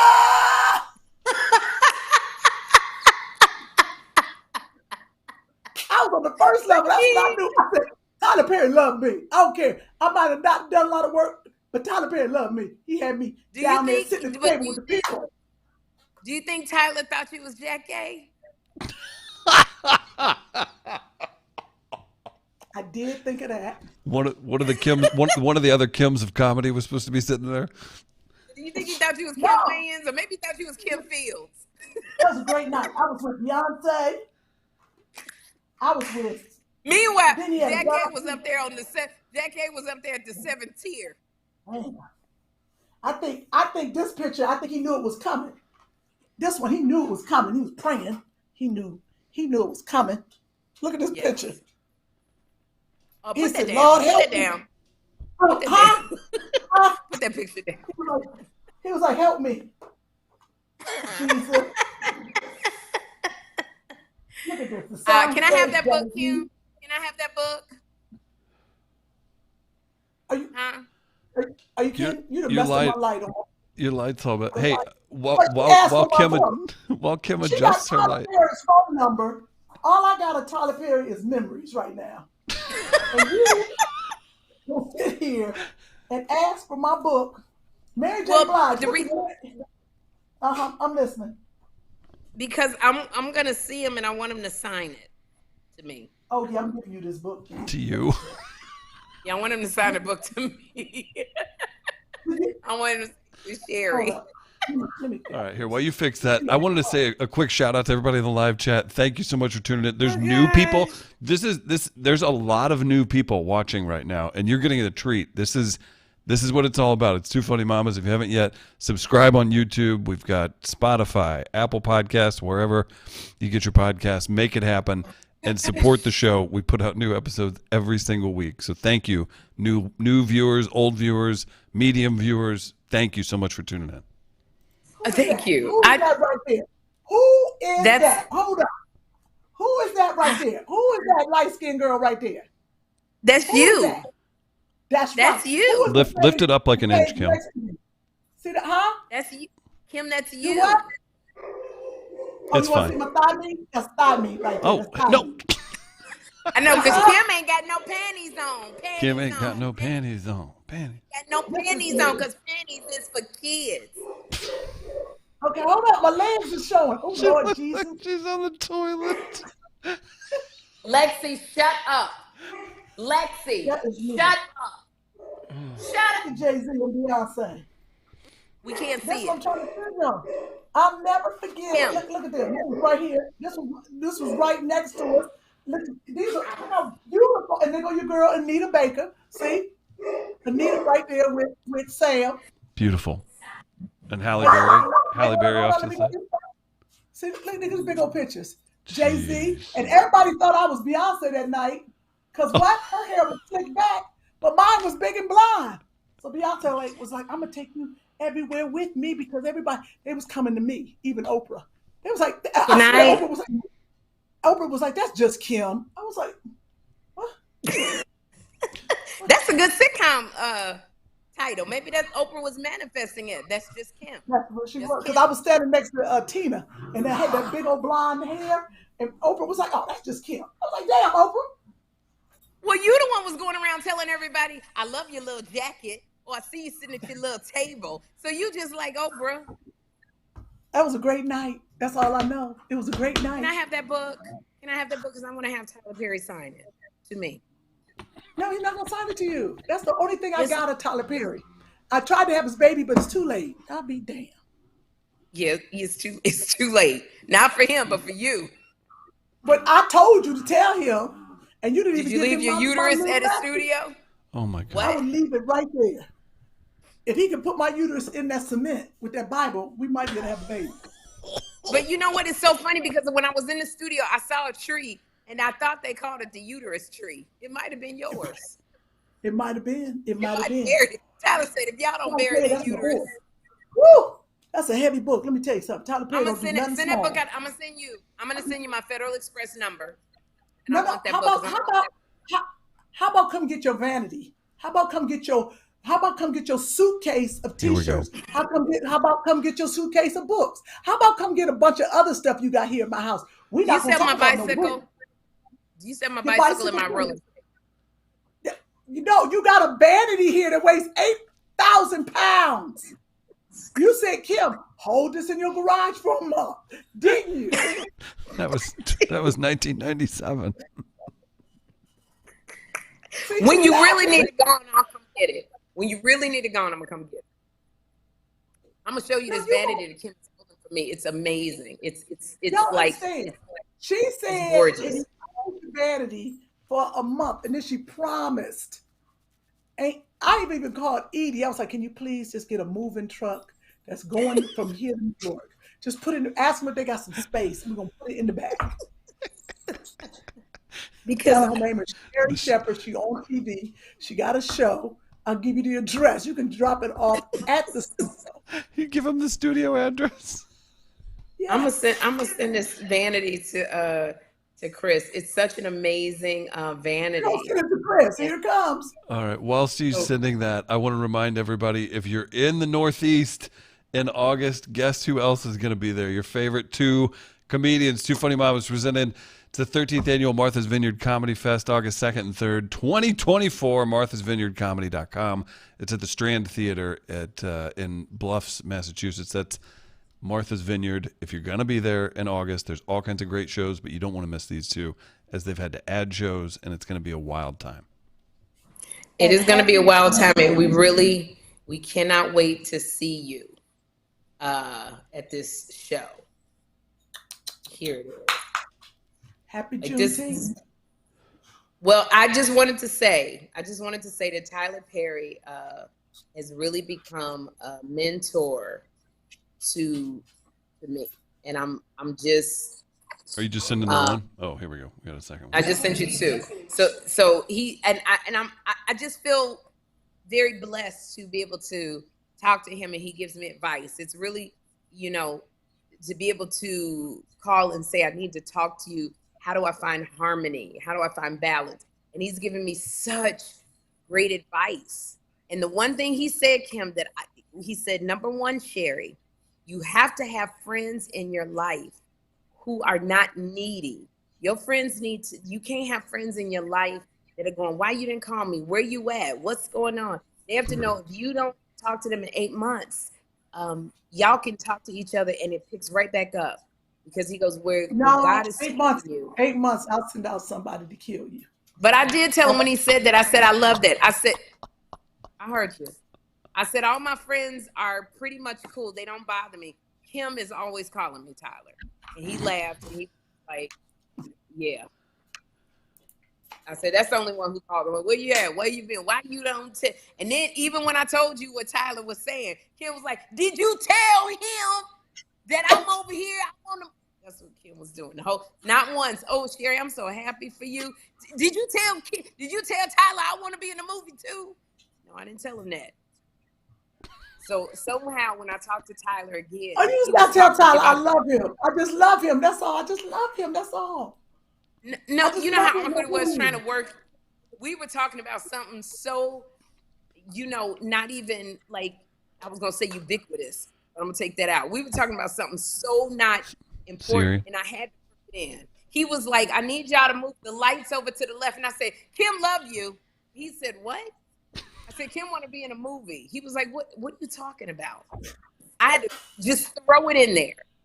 And I felt a little bit of my friendship with Tyler Perry just die away. Slipped away. Don't mention, you ain't got to mention my name. He knows. Tyler knows I love him. When I see Tyler, I think Tyler get a little scared. He back off a little bit because he think I'm going to lick his face at any minute. I've seen it in his eyes. Because you are a face licker. I will vouch for that. But he knows that you love him because he planted your uterus in the ground. Oh, my God. There's a uterus tree is after Kym. So but Tyler know you want to do a movie with him, but I think you got to get your ADHD under control. Because the way Tyler works. I'm going to get it together. Wait, Tyler work. You like Kym ain't going to be ready for this. you got that ADHD under control. So this is a vanity, okay? This is called a Hollywood swank vanity. It's got the light bulbs. That's crocodile leather, and it's got a leather seat with little crystals. And it is gorgeous. And is there another picture that shows the whole vanity, Chris? So I have this vanity at my house, but because I've had it for over 8 years, the movers broke some of the light bulbs. The crystal knobs have come off. I cannot replace them. And I found one. They don't even have this color anymore. It's quite expensive. And I happened to find one. It was a mansion sale, an estate sale in California, practically brand new. And they were selling it. So I bought it. I didn't know it's very heavy, but it's gorgeous. Everybody, when they come to my house, they love it. Lunell wanted one, but she didn't have enough room in her house. So I asked my friend, if I buy this vanity, can I house it in your garage until am able to get it? And every day she complains. Every day I hear, I want your stuff gone. I got a bicycle there because I couldn't take it with me. I got some clothes there. My roller's safe. She won't get back to me. Hey, Lunell, look. Sherri got this vanity here at my house, and she said that she offered it to you. I think she's lying. And she said you had no room. No, it's true. You ask her. No, Ask her. You did not. You did not talk to the camera and tell her she's on. Tell her she's on a podcast live. No, this a video. I'm not. I could call her on FaceTime. No, you could call Lunell on FaceTime right now because I did offer it to Lunell. She don't. Her place is not big enough to take it. MM is in the chat and he's probably with Lunell. Yes, ask Mark if he's with Lunell. Ask Mark to ask Lunell if I freaking offered that I was going to give her the vanity for her housewarming gift. She couldn't. You're lucky. She's probably working because she ain't answering. Oh, it says unavailable. Hey, Lunell. Yeah, I'm on a plane. Oh, you on the airplane. We on the podcast. Oh my gosh. She's on a plane? She on a plane. What's up, Lunell? Just real quick. What's up? Okay, go. Sherri says she offered you this what's it called, Sherri? Vanity. The vanity. Did you offer did you say you didn't have no room in your house for this big vanity? Yes, I did. Oh, hey, he said Kym trying to call you. Thank you, baby. That's Mark. He's in live chat. Huh? So okay, we on the podcast. Sherri is laughing right now. So you told her you ain't have no room? Because I have it at my house. Barbara wants B-flat to fix it in the live chat. Okay. Lunell's whispering. I'm not going to. Okay, Lunell, I'm going to let you go. They going to throw her off the plane. She going to get arrested. Get off the phone. All right. Bye, girl. Lunell is 500 milligrams deep into an edible if that plane's about to take off. Lunell, you know what? She said you did. She said you did. Well, why didn't you believe me? Because I told you she said I did. Why you got to call her to prove that I'm not lying? That's why Tyler didn't put you in a movie yet. You don't trust nobody. First of all, you don't know what me and Tyler done did together. What kind of movies me and Tyler done made together. First of all, mind your business. You know what? If I didn't want my friendship to die with Tyler, I would FaceTime him now. I swear to goodness, I would FaceTime him. But I know you can't. No, I can. You know, what celebrity am I going to call instead of Tyler? Don't you know what? Just because I call Lunell, I'm able to call Lunell. Oh, no, this Debbie said, when we started this podcast, you ain't even had these names to one up me. So don't try it. Wait till I get my talk show, and then I'm gonna be able to have some. I just ain't have no talk show right now, but I'm gonna get me some. My celebrity meter ain't up yet. Oh my gosh! I knew Oprah first.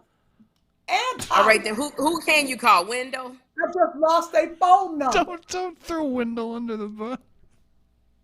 Let's go on a level we can operate on. You want to call Wendell? Call Roy Wood Jr. That sounds like a fun talk. Oh, I got Roy Wood Jr. I got Roy Wood Jr. Hold on. I don't have Roy Wood. Let me see who I got. I've got his number. I got Joe Torry. I can call Joe Torry. Call Joe Torry right now. I've got Guy Torry. Guy would log on. Guy Torry. I got. Call Joe Torry. Call Joe Torry and see if he answers the phone. I'm gonna call Joe Torry too right now. No, you're not. No, you're not. No, you're not. Yeah, I'm calling right now. You guys have to keep calling the same people and see whose call they take. I'm calling right now. Me, I'm not gonna call. I'm calling Joe Torry. I'm calling Joe Torry right now. No, I'm gonna call Joe Torry right now. I gotta do it on self. No, I'm gonna call Joe Torry right now. I'm gonna call Joe Torry. Call Joe Torry you called him on FaceTime. He ain't gonna answer FaceTime. How you know? Don't nobody just answer FaceTime but Lunell. Don't nobody do that. Flip the phone. Don't have it on. What if he's... Oh, who this is? Who is this? No, he didn't. I'm trying to call you, Joe. Don't answer her. I'll be damned. Who called Joe? You on the podcast? You didn't even warn him, Joe. You on the podcast? She got your face on the podcast. He's not wearing a wig. He looked good. Joe always looked good. He looked just like he looked with the brush in Poetic Justice. Joe. So wait, no. We wanted to see whose phone call you were gonna answer first, mine or Sherri's. And guess what? No. Well, you gonna put him up? You gonna put him up on stage at what's that club you and Buddy do in North Hollywood? Sherri, I don't think he can see Kym. I think you flip your phone. All right, I'm gonna show. Okay, Joe, I'm sorry. I'm gonna show Kym you Hi, Joe. Where's Kym Whitley at? I can't find her. I want to show. No. Your camera. Flip your camera to where it's looking at you. There you go. No. Can you see? No, just. All I'm trying to do is I don't want to waste Joe's time. Is what I'm saying. Looking at Joe. Say hi, but the people want to see Joe, so you were showing it. Yeah, just show Joe. Yeah, my bad. Am I showing Joe? No. Yes, you were. Stop telling me what to do. Then I can show Joe. There's Joe Torry. There you go. Hi, Joe. Joe, can you say hi to two funny mamas? Back it up some so then Joe can see the screen. How about that?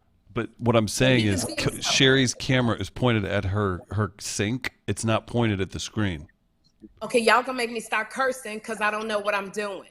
I'm just showing Joe. That's all you need to see is Joe Torry, who looks gorgeous, by the way. Yeah, hi, Joe. Joe ain't saying nothing, though. He needs to be Turn up your volume, Sherri. We can hear him. Sorry. Can you hear me? Now we can hear you. Hey, Joe. No, okay, Sherri got something. Joe. Y'all can hear me? Yes, we can hear you. Now we can hear you. You do. Ask Joe whatever you ask Joe whatever you need to ask him. Yeah. Okay, Joe. Okay. Joe, whose phone call would you have answered first, mine or Sherri's? He already answered mine first, Kym. Why you asking? No, that's because you was quicker. Huh? Depends on what I was doing. See what that means, Joe? Wait a minute, Joe. What that means? I don't know what that means, Joe. I don't know what that means.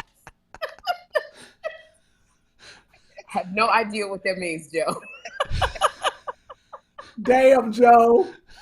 Joe. Hey, to our listeners and to our viewers, we got the incredible Joe Torry. He answered Sherri Shepherd's phone call first. Joe, what's your next show? Can we promote it for you? Our next show. I'll be in Leesville, Louisiana this weekend, and then Fort Riley. Where in Leesville, Louisiana this weekend? Leesville is comedy club. Comedy Pelicans a comedy club. What's the website to get the tickets? Damn. Shut up, Kym. What's the website? Okay, wait. What's your Instagram, Joe? Oh, my name's Joe Torry. JOETORRY, the one with the blue check, and yeah. And where can they get tickets? They can just go to your Instagram, right? They can go to Instagram or they can go to Facebook as well. You know what I'm saying? That's they got a link up there and all that stuff like that. So, but Leesville on Friday, and then I'm in Fort Riley, Kansas, on Saturday. Okay, Joe, we start back up on the 23rd of September. You'll be getting a phone call. Oh, no, dang. And then next week I'm with DL and Ricky. We got the Q's Conclave in Tampa. Oh, y'all, let me tell the single ladies. If y'all want to go meet some men, go to a Q's Conclave. I don't know what that means, but go to Q's Conclave. A lot of fun. Where's it at? Ricky Smiley, Joe Torry, DL Hilton. The Q's. That's in Florida, right? You said in Florida. That's in Tampa. Yeah, that's next Wednesday. All right, and go to Joe Torry. What's your Instagram again, Joe? Joe Torry. JOETORRY. Okay. Yep. Joe, we love you. We love you, Joe. Thanks for picking up. Love y'all too. All right. Bye, Joe. Right. That was good. That was good. Okay. You're a dork. Who else are we gonna do? Now do Guy. Now do Guy. We even. Now I'm about to call Guy Torry. Now tell me how I'm supposed to do this damn phone. Trying to tell me why I'm talking to Joe. Here, I'll tell you. You're not gonna call Guy. You're not gonna do it. You're not okay. I'm gonna call Guy right now. This is why we on it all night. This is no. Call Guy Torry. That's Joe Torry's brother. Don't call Guy Torry. Shit, my fingers ain't working. I got 17 numbers for Guy Torry. I don't know which one is which. Now what am I supposed to do? Oh, look, see? If you just angle it down a little more, I think we'll be able to see the screen. Your camera's damn, he forwarded me to the voicemail. You're God, put you on the podcast. Guys, she got you on the podcast. Hang up on her and answer my call. I'm so sick of Sherri. You got it wrong, Sherri. Guy, I'm trying to call you first, Guy. Guy Torry, everybody. Damn it. Guy, I'm trying to call you first. You're on Two Funny Mamas. Can you say hi? What's happening? This is Guy Torry. Guy, He's so cute. Can't nobody see him. Move his face over, Sherri. There you go. Why he look frozen? I think he froze. So Kym just wanted to know why you put your face. Let him see your face, Sherri. Put your face in the camera so you can see your face. Just do like this. Shut up. Don't talk to me like that in front of God. Welcome back to the show, Guy. Good to see you, buddy. What's happening, Chris? Hey, Guy. What's going on? Go ahead, Sherri. Go ahead, talk to him.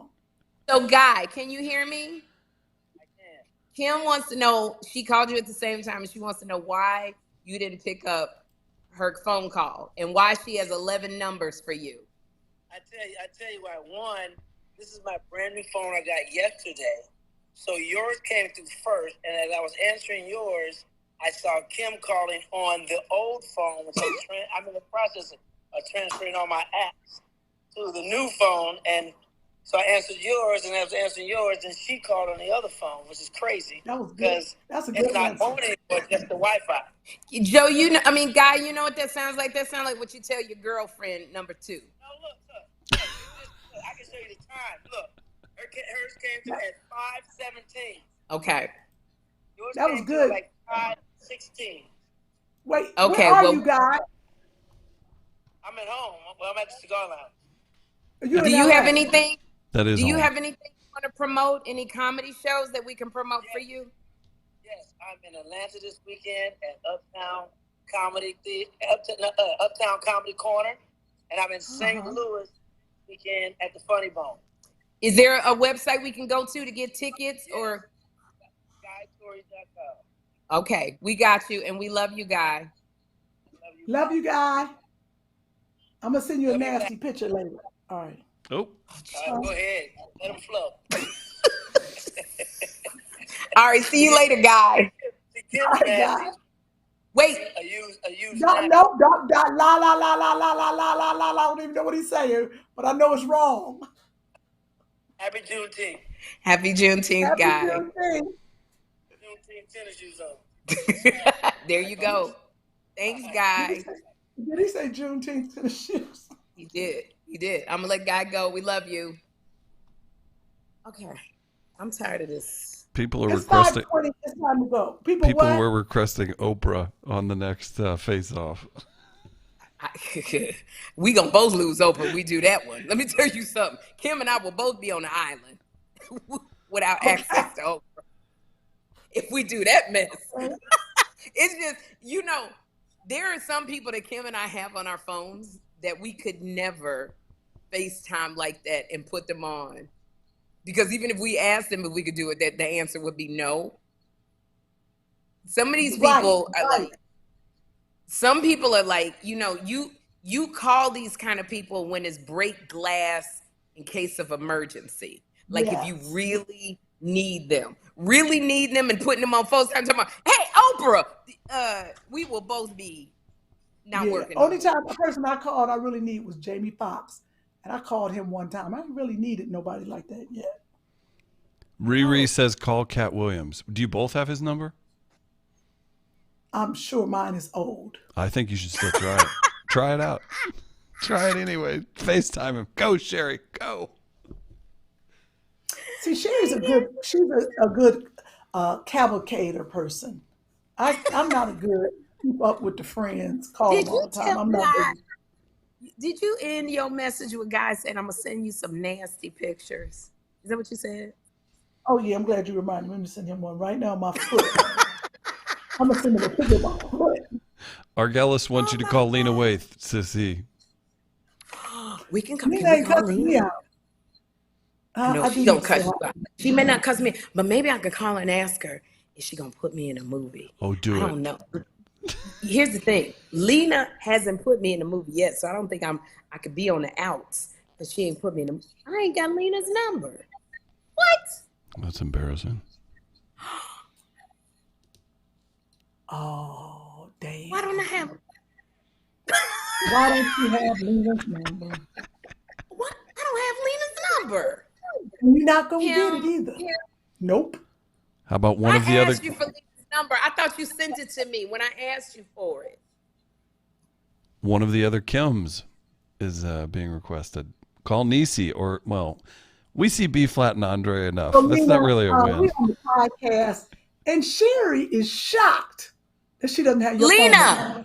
Lena, I need your phone number. Can you send it to me? Get my number for Kym Whitley. We can't see her, Kym. So I can lock it in. I know it's a recording. I need to FaceTime you right now, Lena. I really need you to send your number to Kym to send to me. Don't you give Sherri your number. You need to Okay. No, Lena's my friend. Right, love you. Bye. Love you. Bye. Nope, gone. Well, she already got what I was saying. She heard me. No, she didn't. She heard. Here you go, Craig Robinson. That's a good one. Sherri claims that she can get. There you go. Craig Robinson. That's kind of perfect. Okay. Nope. Oh, I was gonna say. I was like, I ain't got Craig's with my whole time. We can. Hey, Kym, let's get to the bottom of this. He never put me on that list. I'm going to see if you actually told him. Let it alone. Let it alone. Yeah, because you didn't tell him. I did tell him. Of course, I did. Chris don't understand. Wait, Sherri, before you call Craig, can you break Chris down to tell him? I know how it works, but Sherri, give him tickets. Craig might have been run on stage. It was last minute, or whatever the case is, and Craig might have forgot his name at the door, or his assistant did. All I'm saying is Sherri says that she would have got it. She would have got it on there. I hung up when I was calling Craig. I hung up. Oh. Because he said, hang up. Don't do it yet. Oh, no. She was telling me to stop being a dumb. That's the last text I had with Craig. I said, where you going? He said, I'm in Nashville. I said, because I said, I'm having a party at Kym's. Sherri is reading the text. Whitley's wattage. Has not. Oh, you want to call? You want to call? No, I don't. I'm leaving him I'm leaving him a video. Say FaceTime him, Sherri. Are you leaving him a video? Hello? Craig. Craig. Hey, are you doing anything right now? What's up? Kym Whitley, we're on 220 Mama's podcast, Craig, and we just. Can you say hi to Kym Whitley? Hey, Kym, how you doing? He's talking Craig. to you. I'm listening, Craig. I'm trying to prove that you are more my friend than hers. You wasn't supposed to answer her call. Craig is my neighbor. Craig, don't. Sherri has not texted you since we had that party. She just looked it up. That was what, pandemic? That was years ago.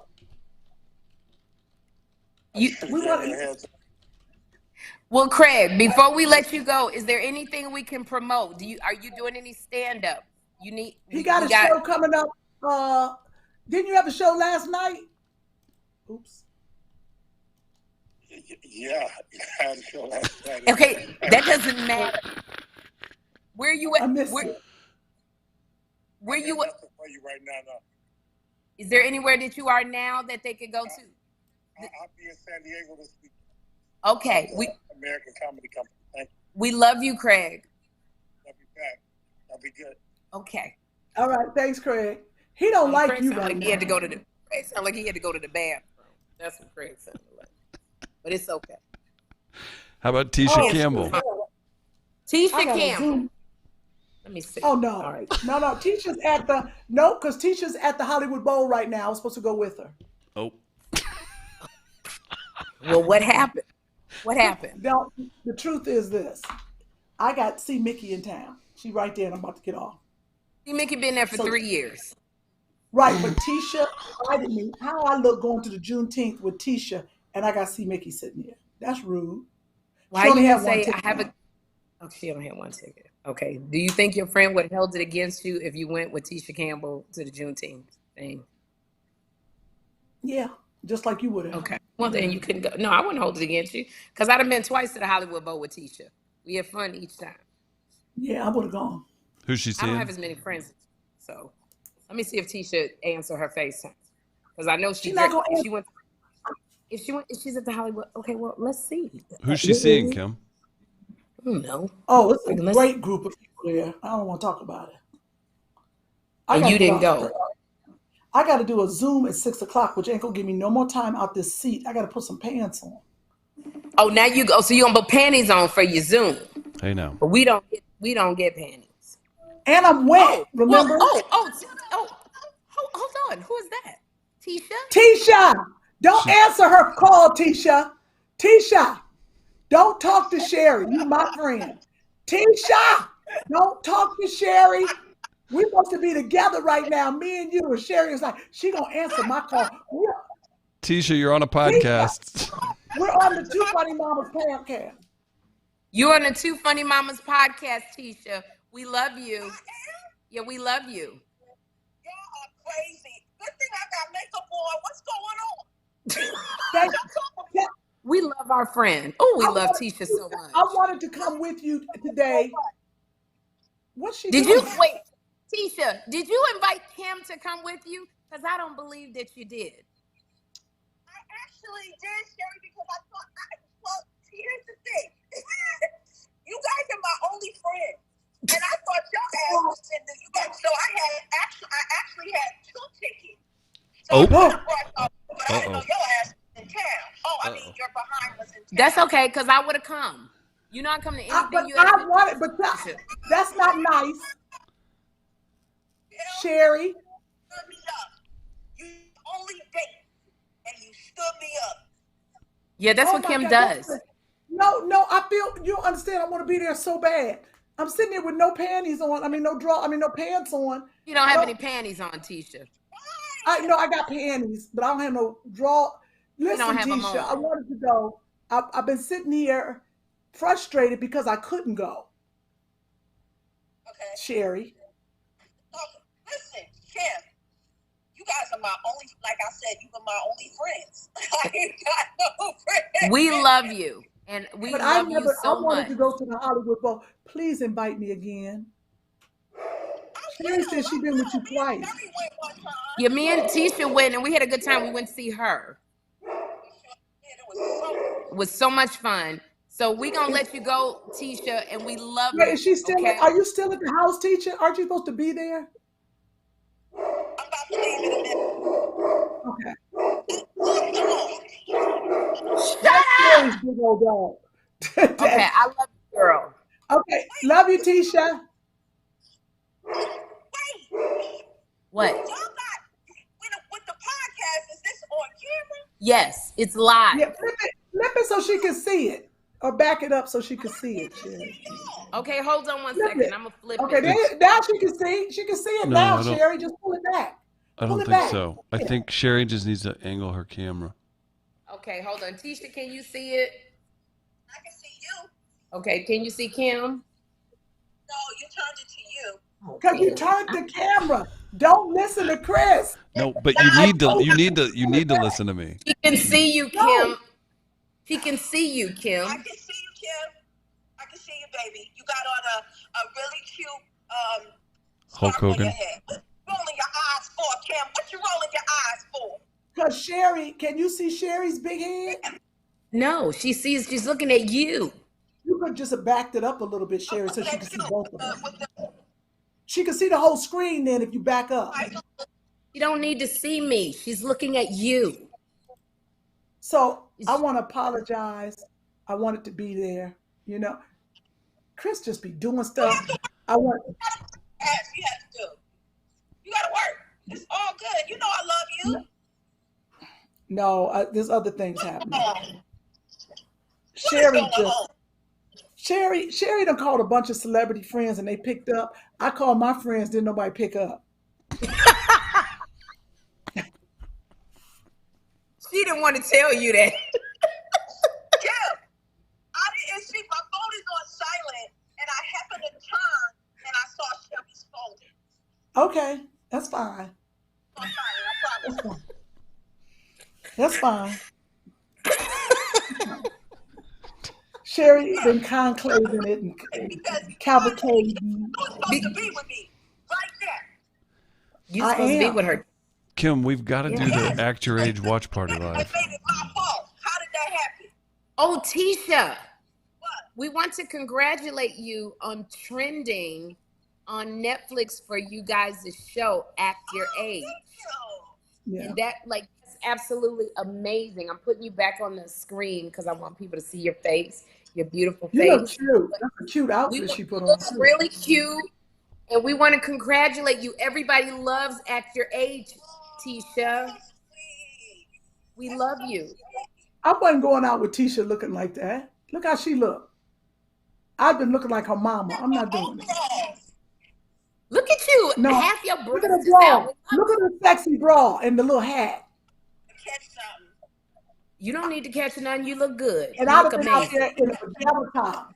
This is a mess. Yeah. Well, we're going to let you go. Oh, wow. I love you. We love you too, darling. How long you in town for? Call me, Sherri. Okay, I will. I will call She's you. in New York. She's in New Be York. quiet, Chris. I will call you. Okay. I love you. Kym said it. Bye. Bye. All right, bye, girl. When I tell you to be quiet, I mean be quiet. For purposes of that ticket, she needed to know I was in LA, right? I know I'm in New York. I can't call nobody no more because I don't know how to operate the camera. I'm tired of y'all I'm talking. hanging up. I'm hanging up. I'm done. Chris, sign off the podcast. Oh, well, don't have a little tantrum. Don't have a tantrum. No, I gotta have a tantrum because I am in shoes. My butt is wet. I'm sitting on a wet towel. It's over. Chris, it's over. Thank y'all for watching Two Funny Mamas. I'll holler at you. Go to the show in Martha's Vineyard. See Sherri and Kym. Nobody picked up my phone. Can you put it on so I can see Kym's face real quick? Of course. You just put it on so I can see Kym's face real quick. Yep, Because hold I know tight. she's about to get off the phone, and I need to say something real tender to her before she get off the phone. Everybody answered my face call.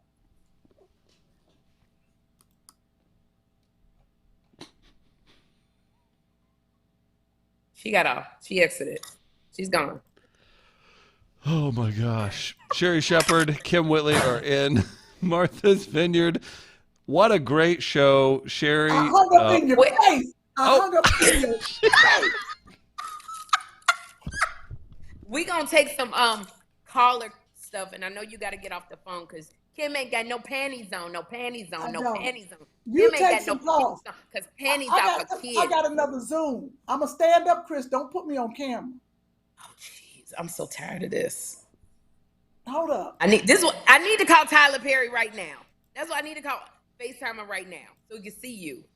Look, why are my titties so long? Okay. Oh boy. Oh gosh.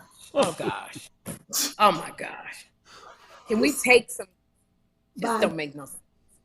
Can we take some comments from the callers? I'm sorry that Kym won't be on for y'all. We was trying to do this FaceTime.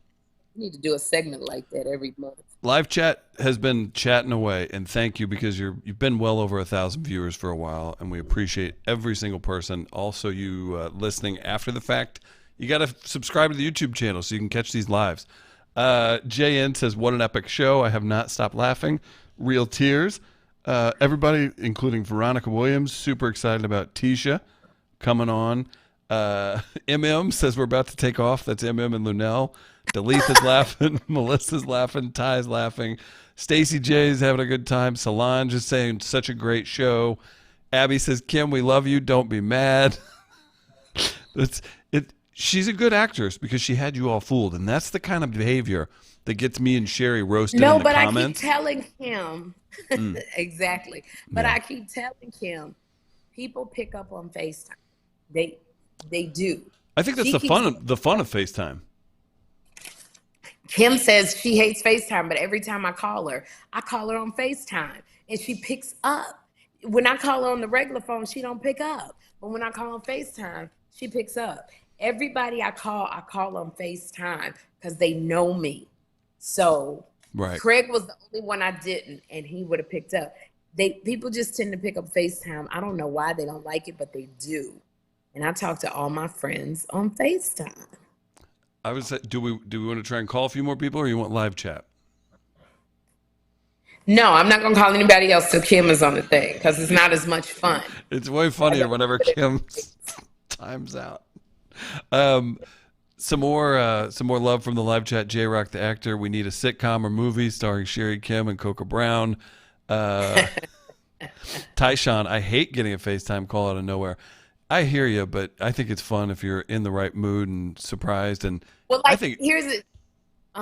When people FaceTime me, if it's a woman, I'll answer it. If it's a man FaceTiming me, I answer the phone like this: "Hello, hello, yeah." Anyway, and I'll start talking, but right. I won't, because I don't know what you don't be answering no FaceTime when a man call you. You know, if I look like this and you FaceTiming me, I'll answer the phone. But I have a lot more. I do have a lot more people on my list, and some of them, I can, they'll pick up the phone on FaceTime if I call. Pretty much all of them will. Yeah. But we got to do a segment. We got to get some white people on here. I got a whole bunch of people. I got a whole bunch of white celebrities. We got to do that too. That would be fun. We've got Sean. Cat Williams. That's a good one. Cat. I was saying, if you're going to do it now. Sherri, you shouldn't have done Kym that way, says Sean. Renisha says, I think celebrities are used to being on camera. Couple people, I should have asked you this off. A past guest is in the news today. They have a TV show. Oh, you're talking about the Derricos? Yeah, I don't know if you want to, I don't know what the deal is. So if you want to talk, people keep asking. The Derricos have, I forget what the name, oh damn it, I don't know why I can't remember the name of the show that Derricos do on, I think it's TLC, Life with the Derricos. They have 14 children. They came on my show. I love them so much. They came on the podcast. Doubling Down with the Derricos on TLC. Sorry. Down with the Derricos. And they came on the podcast and with Coco Brown, because she texted me, and it's in the news that they are going through a divorce.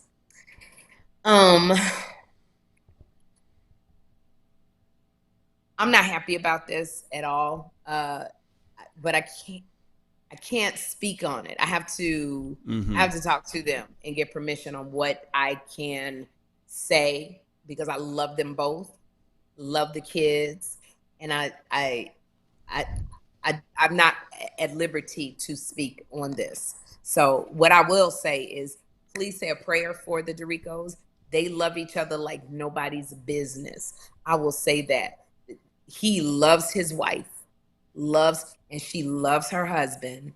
And it's just some circumstances with this thing happening here. So that's all I can really say, y'all. I know what everybody's talking about. I think that's fair. People appreciate that in the live chat. Yeah, but just know that he loves that wife. Yeah. So yeah, that's all I can say. Anyway, what else? We got a few other folks in here. People were asking, let's see. Yeah, everybody's saying we have to do this once a month, the FaceTime segment. I think it could be best of 3, so you don't burn through everybody, and you can see who you can either do the same and you go and see who picks it up, or you just see who picks up and you each have 3 that you choose. That one is a little bit hard because you have to know the right people to pick. Right. Because some people, like, you see most of us, we picked comics, stand-ups, or a comedic actress, Tisha, because they would have fun like that. But some people, like, we both got Jamie's number. I don't know what kind of mood Jamie would be in, because he just came through some stuff. I think he would be in a good mood. I don't know. Sometimes people, when they get to a big level, I don't know. Like, if we I got, to be able to FaceTime Cat. It depends on what.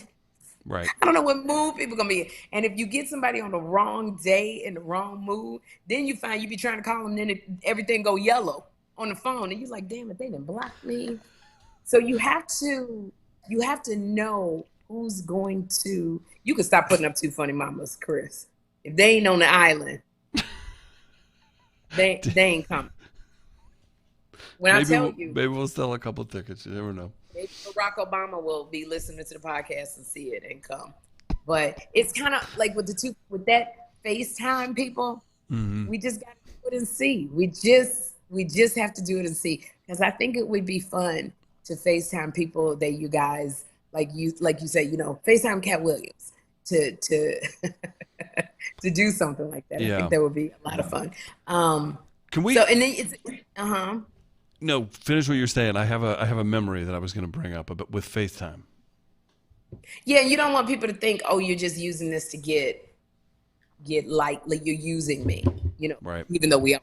Yeah, it's kind of fun too. You get to promote dates. It was very nice of you to promote the dates. But when you do, you go, what can we promote? So Joe Torry, you can go to Joe Torry at JoeTorry, and then Guy Torry, GuyTorry. Mm-hmm. Yeah, Craig go Robinson. check them out. Yeah, check out Craig Robinson. All of them got the blue check mark, and then they can tell you where they are. And Lunell, I know she going somewhere to do stand up. So always. Lunell, always. And then Tisha going to she's going to the what's Hollywood that place Bowl. Called? Hollywood Bowl. Yeah.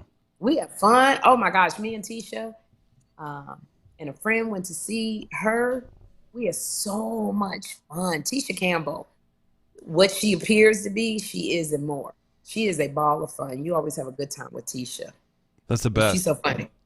And she don't let people into her life too much. So when she said, y'all my only friends, because she's very particular about who she lets in her circle. Super close with her family too, also. Very.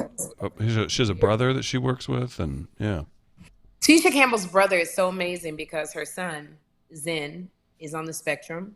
And so Tisha Campbell, her brother is a retired police officer. So she has a program where he comes in.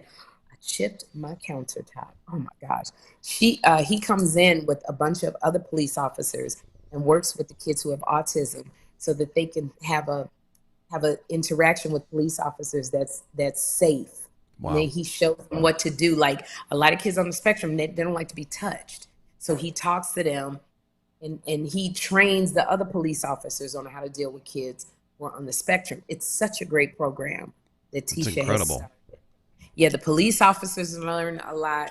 And like Jeffrey went, and Jeffrey don't like to be touched. He's there. So when they were frisking him, he was like, dude, bro, hey, stop it. Hey, dude, this is weird. Because it was a man frisking him. Jeffrey kept going, this is weird, bro. Stop, dude. I need a woman. Don't be doing that, bro. And they told Jeffrey, you have to bring it down and calmly say things. They had Jeffrey on video. I was cracking up. I was cracking up at what he was telling the police officers. They was laughing too. Jeffrey made everybody laugh. So, but it's a great program, and I love that Tisha does that. So police officers. No, that's amazing. Shout out to Cheryl Friend in the live chat. I've never been here. I've laughed my ass off. So there's another new person. That's what we wanted to do. Is we created I created Two Funny Mamas podcast and begged Kym to be on the journey with me because I just felt like everybody wanted to do this podcast with me. I'm not gonna lie, but I just really felt like Kym was the one that would give it that something special. And I even remember Niecy was like, "Why y'all didn't ask me?" And I want to do it. She was in the middle of filming Claws in New Orleans, so we couldn't even get Niecy. That's why Niecy. That's why Niecy. But it's so funny because it was National Best Friends Day, and Niecy pulled all these clips of me and her and posted them. And she was like, "And why you don't have nothing up there for National Best Friends Day?" And I was on a plane and I didn't get to, so I'm gonna stay up late and I'm gonna pull some clips together that y'all have never seen of me and Niecy, and they're so almost cursed, damn funny. I can't imagine. I mean, I gotta go. I have 100,000 videos on my phone, and a lot of them are Niecy, and it's just so much fun. So I just have to go through and edit them.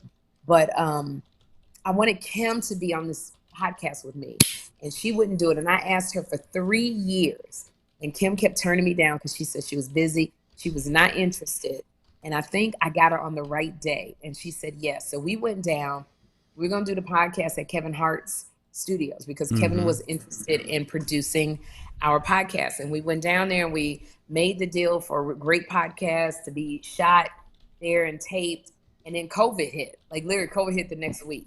So we were stuck at home, and I don't know. I was doing research on LLCs and all this other stuff. And Chris, contacted me because I guess I put Two Funny Mamas on Twitter at the time and said we were starting a podcast. And I knew Chris because Chris is in St. Louis, and I did, was it Helium? You did Helium? Yeah, and I had the morning show at the time, and I interviewed you. We had a blast, yeah. And we had so much fun that you dropped me off at the saltwater tank to do saltwater floating, which I still am supposed to take Kym to do. I never did it again, and it was so much fun. You had long hair, and you were really very cool. I don't. And you. No, go ahead. No, I don't know if Kym could handle a isolation tank, but she, you know what, she can, because Chris took me to a saltwater tank. You got to be in this pod for 40 minutes in the complete dark, and literally you're floating in 900 pounds of salt. Kym would never be able to do it. So you're right. That's why I haven't taken her. I got to take C. Mickey. C. Mickey could do it. She Andre could. I'm gonna just have a saltwater tank thing. But big party. Chris, party. So I hadn't talked to Chris in years, and I guess Chris saw this, and he called me up, and he was like, I got a podcast company, and we produce podcasts, and if you need some help. And it was just like, yeah, because I didn't know what I was doing. We didn't have no equipment. As a matter of fact, Chris borrowed 2 cameras for us to use. We ain't returned them bitches. We still got the cameras. So this was going to happen. Yeah, I did. I saw a Twitter thing. Sherri and I had loosely kept in touch because you were so nice. I was like, yeah, I may do one of our roast shows. And then we actually came out and we were on Joe Coy's podcast and some other stuff. So long story short, yes, you're right. And we called. So we were just going to edit for you and help out where you needed it or whatever. And then you were going to shoot it at Kevin's place. But the best part is pandemic hits. This is terrible. Everything you couldn't purchase it. You couldn't even get a webcam. No, you could. I was lucky enough. I called Adam Carolla's producer, a guy who, shout out to Chris Loxamana. He had an extra webcam that he's like, yeah, just take it. And we should still send it back or send him a gift card or something. He just, after 14 years, left Carolla's show today. I think he got another job. Oh, we should call him down and ask him if he needs the camera back. We should call Loxamana. And then also Theo Von's producer, shout out to Nick Davis. He was working with Theo Von at the time. So Theo Von and Adam Carolla came through for Sherri and Kym. Their producers, Nick Davis, Chris Loxamana. And that's how things got started. It was wild. It was how things got started. And it was very cool. Hold on, I'm checking out. I'm ordering some food because I've been on this thing so long. Now I'm hungry. I was going to say, we can wrap. No, I'm ordering this food right now, and I need to make sure it comes to my new address. And that's what I'm doing. Just hold on one second because the restaurant about to close. But anyway, so we let me place order. Well, here, while you're doing that, yeah. So we did that. Sherri and Kym were confined to their house. They didn't really know what they wanted to do. They wanted to do topics. They weren't really sure. The absolute best thing ever, and again, it was terrible, and I hate to sound positive, but the silver lining was they couldn't leave their house. So they poured themselves into this, and that's what got this started. Without that, I think you two just get too busy. You're both continually successful. I like to remind you that this is both of like your best 4 years of your career. Hi. But you know what's such a trip is, you know what's such a trip, Chris, is so we started this podcast 4 years ago, and I asked Chris, how many episodes have we done? And you said it was like 196. Today is 199, and people asked about this. We're taking a break next week, and then we're going to do a big 200th the week after that. So 200th episode is 2 weeks away. So we're going to do a 200th episode, but it's been 4 years. And you're right. We started it when the pandemic hit. And I said, Chris, how are we going to do it? Because we were supposed to go to a studio. And Chris said, no, we could do it right at your houses. So Chris got us the equipment because we couldn't even order anything. We set it up. We started, our first podcast was on Mother's Day 4 years ago. And we started doing it. And the response that we got, because people were in their homes during the pandemic, so people were looking forward to our podcast. We didn't, people gave me rules to a podcast, like only do 30 minutes. And Chris was like, no, you can do as long as you want. And people were like, do factual stuff. Once you got a little heat and there were a bunch of viewers and it was obviously very funny and good, all of a sudden Sherri's like, someone called me from this movie studio. Somebody from management called me here. And I was like, where were they? Like, a couple months ago. Because they're trying to mess with I know what people are trying to do, and they're trying to help, and there's always room to improve, but the madness has, honestly, if you had a structured thing with this podcast, maybe it's bigger, maybe it's not. We all joke about it, but you're so busy and people embrace the wildness of it. It just works. It just was crazy. I mean, I think that people really like the craziness of it because we had no structure for our podcast. Kym has actually gotten a lot better, I will say, because it used to be literally Kym's eyeball would be in the thing. She put her feet up, and her ADHD was from 0 to 10. And I think she's gotten used to doing the podcast. So she's not, we tease her still, but she's not like she was. And I think people just got into the craziness. We were both lonely. I told you, I got a development deal from the people who did the what's the Tom Cruise movies? The Mission Impossible? No, the other one where he was in the plane. Top Gun. Oh. Top Gun. Skydance. Okay. With a company who produced the Top Gun movies. And they literally, when they gave me my development deal for a sitcom, it didn't go through. Oh, I remember that. Yeah. Yeah, for the sitcom. And they were going to pay me a lot of money. But the vice president of the department for the sitcoms said, we are all fans of the podcast. And I had a clip where I talked about how lonely my vagina was.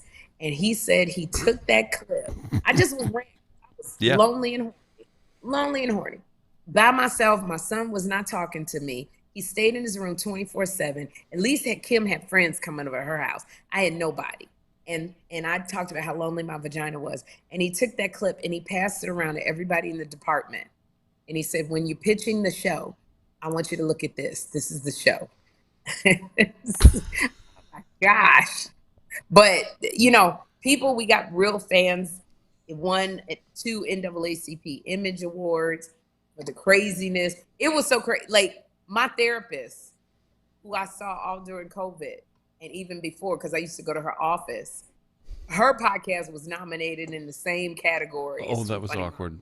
Yeah. That's probably why we don't see each other no more, because that's hard when you beat your therapist in the same category of podcast. She's amazing. She's like a big celebrity therapist. She even gave it when I hosted the NAACP Image Awards and won for Best Talk Show Host, she gave the prayer. And we saw each other. It was really awkward because I was like, yeah, you remember I beat you? She was like, yeah, and walked on. So we been trying to get Kym to see her because she's amazing. But yeah, we won 2 awards and that's how we started. So we're incredibly grateful to our followers and to our new subscribers. Thank you so much. A lot of people don't get who are new. I can always tell people who are new who get on me or get on Chris because of the way they think we're throwing shade at Kym. And then I can always tell who's a longtime subscriber because when I read the comments, they'll be jumping in going, you don't know Kym and Sherri's friendship. This is how friends do. So I can tell the long timers, our OGs, and our new subscribers because they think that we really get on Kym when Kym is the one that really be getting on us. But we've been friends, Kym and I, for darn near 27, 30 years. We used to live across the street. Yeah, we used to live across the street from each other. So when you're friends with somebody for 25, 30 years, there's a way that you tease each other that you don't take seriously. So if I talk about Kym, or like Kym talked about me not knowing a word, how smart I've gotten since my talk show, I joke back. I don't take it seriously. I was using big words when we first started. I have a talk show. Yeah, I was always using big words. She always used to tease me. So it doesn't, we know each other.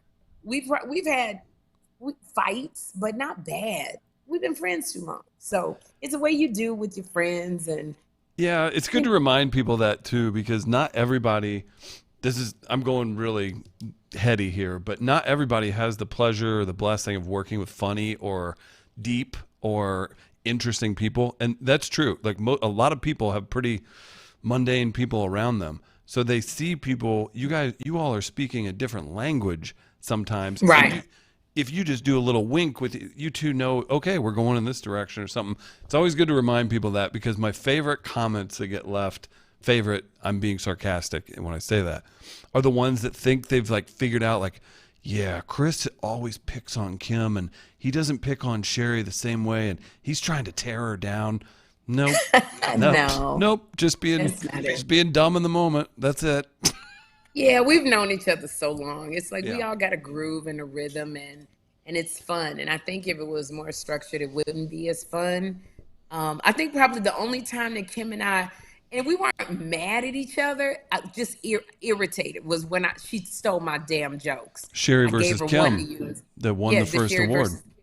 That won our very first NAACP Image Award, because I gave her one joke to use, and then she took the other one and went on too long before me because I was a headliner.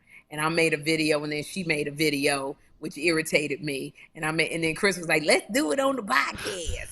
And we had everybody weighing in. And then I was irritated because they was taking Kym's side because they didn't want to make Kym mad. So they knew they could make up with you through a text message. Yeah, they knew they could make up with me. I'm like, Wanda Sykes, what are you talking about? Because you know she stole the joke. What are you talking about? It's okay. And we need to be friends. And then Lopez got on there, George Lopez, and all these other. I was like, okay, y'all tripping. But we won an NAACP Image Award for that one. It was fun. But, you know, we just been friends so long that people who think that I'm shading Kym and I'm being mean to Kym don't care. So even this one, there might be people who go, Sherri, why was you so mean to Kym with the FaceTime calls? Kym got so much going on in her life, she don't care. Because she knows they will answer her calls. We just were calling at the same time. And people tend to answer FaceTime calls more than they do a regular call. So it's all good. So what comments do the callers have? Tequila says, my favorite episode was when Sherri laughed too loud and peed in the chair. When I peed on myself. Oh my gosh. I'm glad I got that taken care of. Oh my God. Monica says she peed on herself twice, and both were hysterical. That episode was funny because it was Andre, it was Kym, it was me. And that's when COVID was over, I would go over Kym's house, or Kym would go over my house to do the podcast, because we lived 5 minutes away from each other if I was speeding. If I wasn't speeding, it was 7 minutes. And it was more fun to do it at Kym's house because she had more chaos going on. And so I think we were laughing so hard. I think I did an edible with Lunell earlier that day. That's when that happened? Oh my gosh. That's when that happened. And the edible kicked in, and we were laughing so hard. I just peed on myself. And and here's the thing, Andre was laughing. We were all laughing so hard, I couldn't stop. So you could hear me off camera, like screaming. Here's a little tell, like it's a tell, if you know what that is in poker or fighting or sports or anything. Sherri's tell, I heard it again when B Flat was on your show doing the Laugh Lounge. It was you hit a pitch in your laughter. I was like, uh-oh. She did it again. Pee-pee might be coming. That was like, we got to play. You got to put that one in the best of. Because I couldn't stop peeing on that mess. I laughed so hard. And then I peed on Kym's chair. Oh my God. It was just like, it was pandemonium. When I tell you, we have had so much fun on this podcast, and we are incredibly grateful that you guys have stuck around for the craziness. And I've cried on the thing because people like, you so mean to Kym, and Kym had to tell people, no, we're friends. But we got some really, really funny moments, and we're both so busy, and we're still able to do it. Mm-hmm. And it's been very, very cool.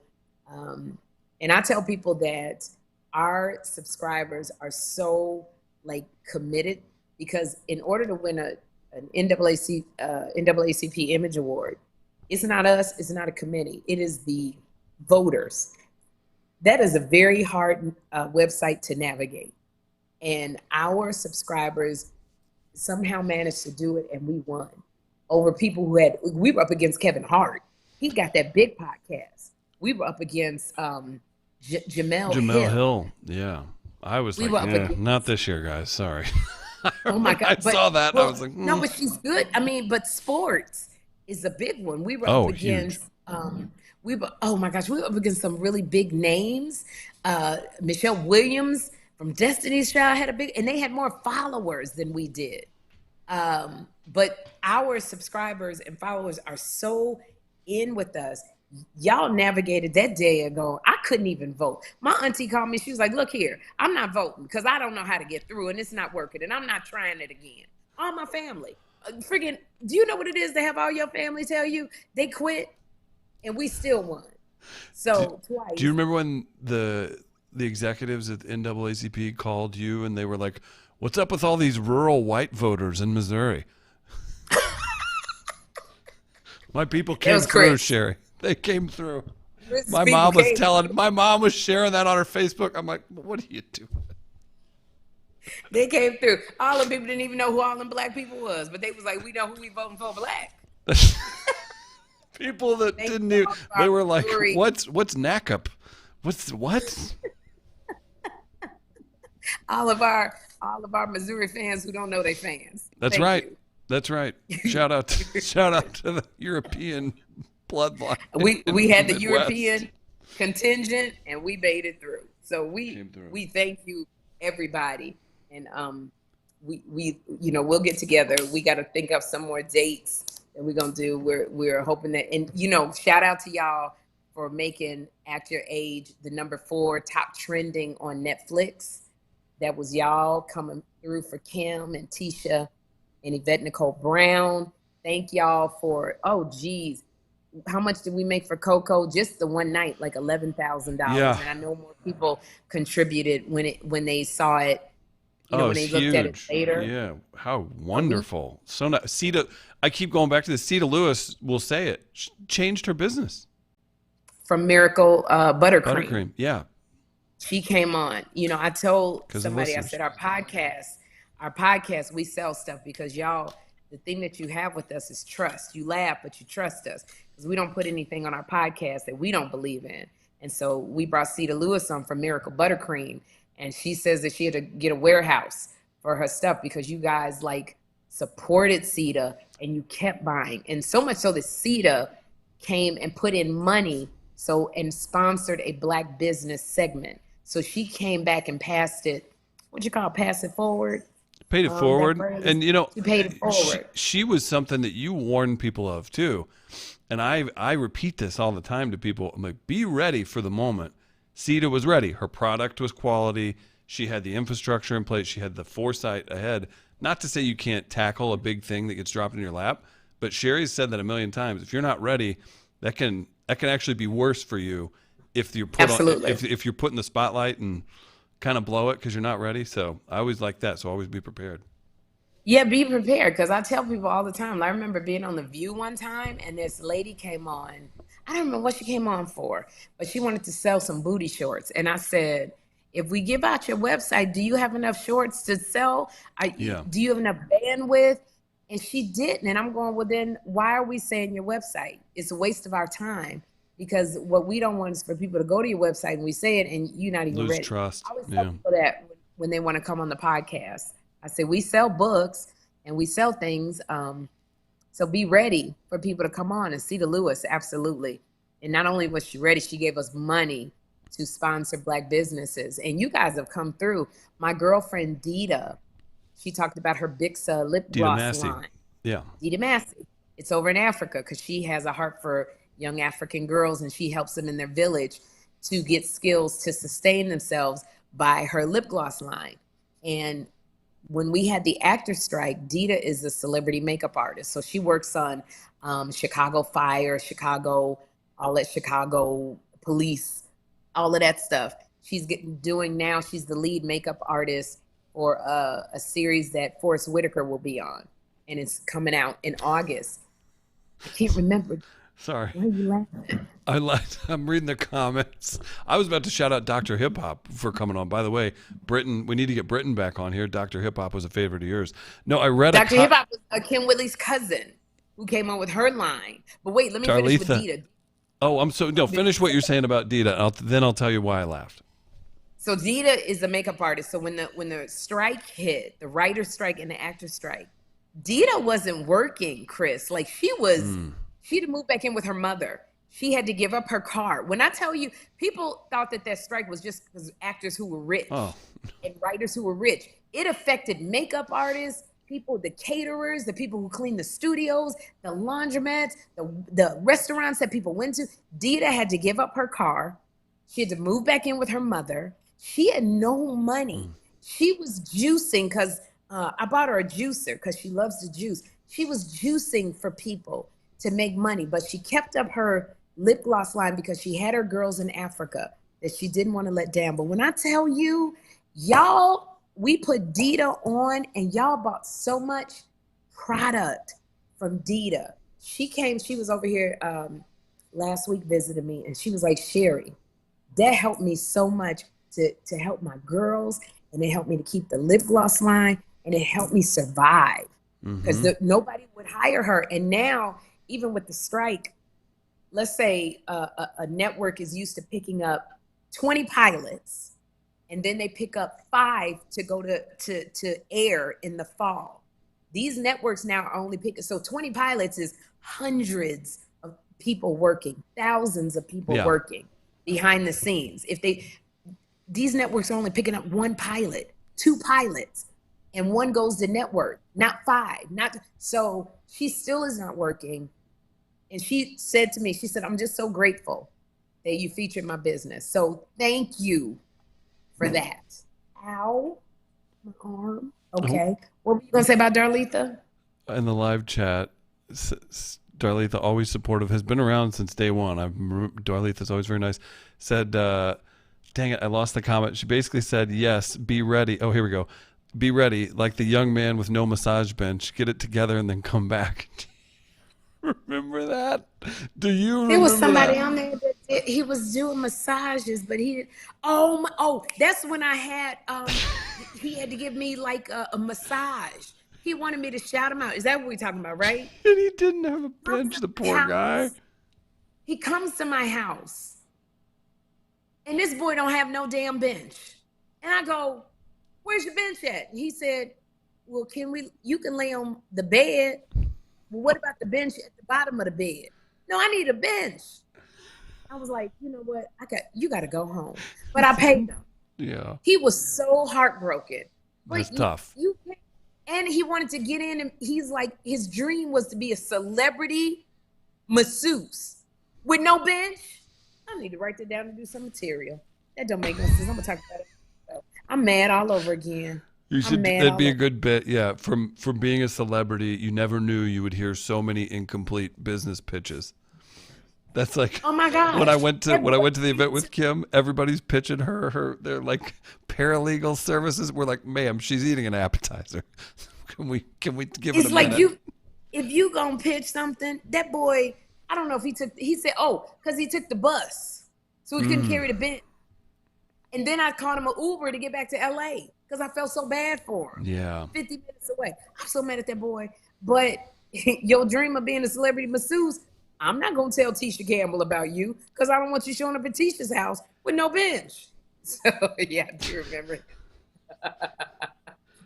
We wish him the best. And sometimes that could be a lesson that you need to learn, and then you want it to never happen to you again. So then you're good and you figure it out. Can I tell you, I had a massage therapist in Atlanta, and he came. Somebody recommended him. I'm not going to say no name. I don't know why I'm whispering like you can hear me. I feel like it's kind of after dark story. Because I want to tell you this. So he comes and he massages me. When I tell you, his hands were so calloused up. Like, it literally was like people who got hard feet. It was, I never realized. Like a horse that your hand. Yes, I never realized that your hand should not be callous and hard. It was horrible. He's probably like a jujitsu. He probably trains or something where he's using his hands all the time. That's I said, tough. do you make pancakes with your hands? Like, just be slapping stuff on the grill? How many bricks did you lay today, sir? Oh my gosh. And then I was like, what in the world is going on with your hands? This is terrible. Everything itching. Tarash in the lives chat says, you've got me buying $300 fedoras. Shout out to Amazing Culture Fedora. Yeah. Thank you for buying the fedoras, Kym, because some stuff is like, it's a favorite of mine, and some stuff it's Kym, because I didn't know the lady. She makes some amazing fedoras. And she came on and thank y'all for purchasing. I ain't got mine yet.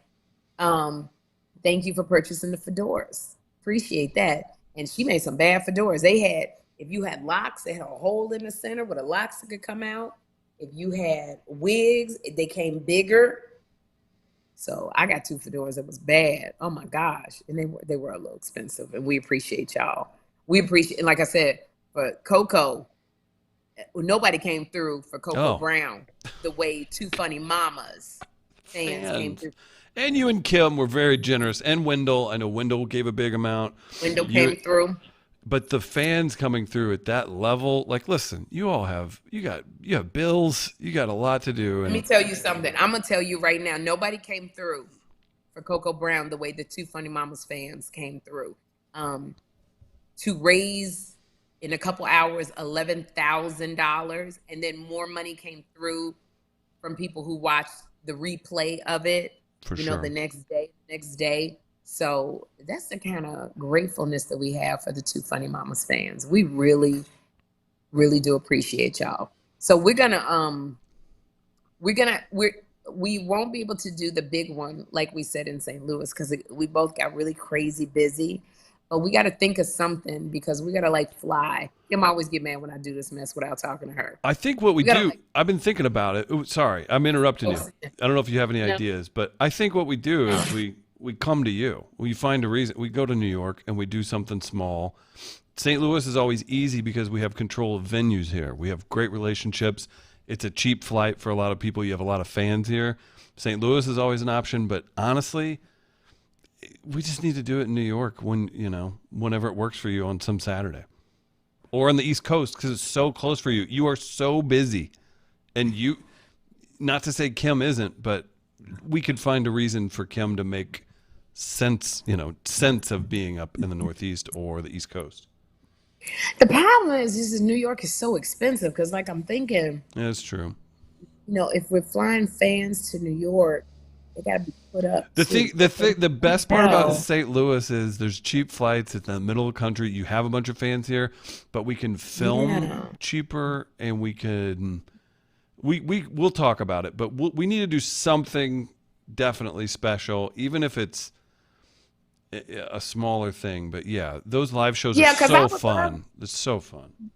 Yeah, to do a live show would be great in New York because I would love for whoever we flew in to come to the talk show to have that experience because it's such a great experience. I just have to talk to Kym. We just have to budget it out because we could do it. Here's the deal. I will build it for you. Me and you could work on it, and this is what you tell me to do. I'll come to you. Me and you will get everything done, and then just flag him in. Well, and then you just drop it in front of Kym and say, "Does this look good?" And she'll say, "She won't read it." Yeah, because she's not gonna read it. She's not gonna read the contract. You tell this girl Kym is crazy. Wait, Kym is when we in St. Louis, Chris had this contract in front of Kym for 2 weeks, and he kept saying, "Kym, you read the contract."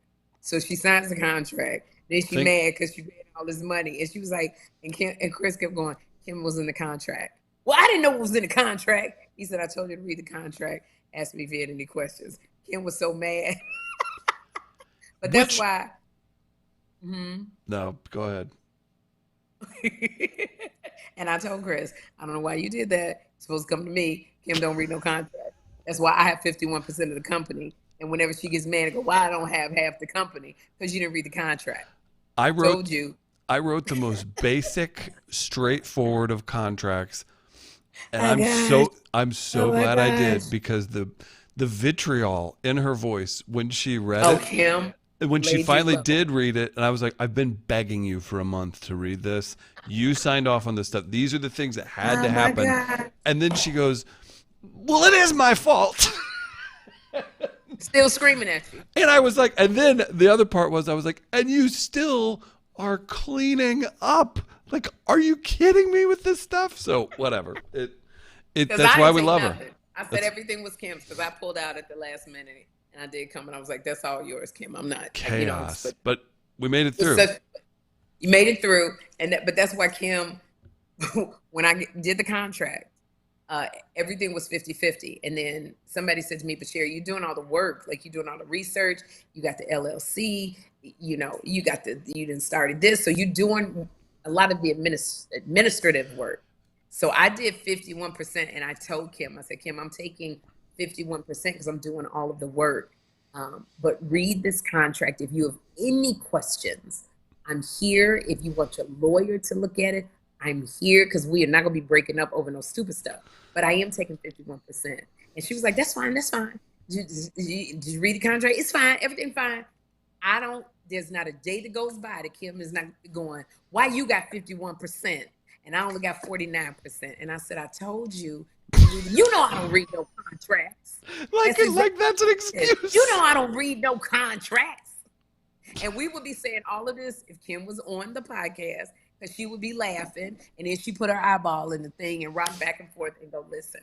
But I want to give Kym her flowers, Chris, because did she send you her audition tape for this big show? No. Oh my gosh. So Kym, I'm so proud of her. She has had an audition for this show by a very big producer, writer, director. He's huge. And he's got a show coming out that is like, anybody that does a role is up for an Emmy for anything. And so there was a character that they wanted Kym to come in and audition for. And it was like a character she's a con person. She's a crafty person. She's a person that'll kill you. And so Kym is usually, as I am, we're big actors because we do sitcoms and we go to make you laugh. Kym is bigger than me, and she will tell you she's much bigger than me. She's more demonstrative, and in her style. In her style, and so I said, Kym, this is a character where all of that got to be gone. Like, it's literally this. You have to talk like this. Your intention has to be this. And Kym was like, I can't do that. She wanted to do it like, ladies and gentlemen, I'm gonna kill you, and I'm gonna be this. And now, the sides is the thing that tells you how the character is supposed to be. The side said, come in with an American accent and make this audition as natural as possible. It said that, and Kym wanted to have this kind of accent. You know what? You better come on over here and get this here drink that I'm making for you right now. That's what she did, right now. And I said, Kym, it says in the sides, American accent. She goes, yeah, but I like this better. You better come on. I want to do it like New Orleans. Y'all better. And I said, first of all, I sound like a slave. It's not New Orleans. And then she kept wanting to do her hands like this. And I said, Kym, they said it's got to be as pared down as possible. And so when I tell you, she worked with the same woman, Pamela Osme Andrew, who helped me with the Tyler Perry thing to memorize my. Why do I know her? Pamela, you probably met her. She probably was at the house. She's an acting coach and a casting director. Casting director. Does she work with Chris? Does she work with Chris Spencer? I don't know, but Meunier, that's his mother. Jeffrey and Josh. Oh, okay. Meunier. Yeah. Wait, I have her. Yeah, I have her name in my phone. I've talked to her. You know what? As a matter of fact, we're going to bring Pamela Osme Andrew on. She's a casting director. So if any of y'all are an actor or want to be, or you want to ask her any questions, great. We'll bring her on next week. She's amazing. She casts a lot of stuff, and she's an amazing acting coach. She's got a ton of advice in the industry. So if you have questions, get your questions together. Send them to twofunnymamas@gmail.com, and we'll pull these questions, and we'll have Pamela on.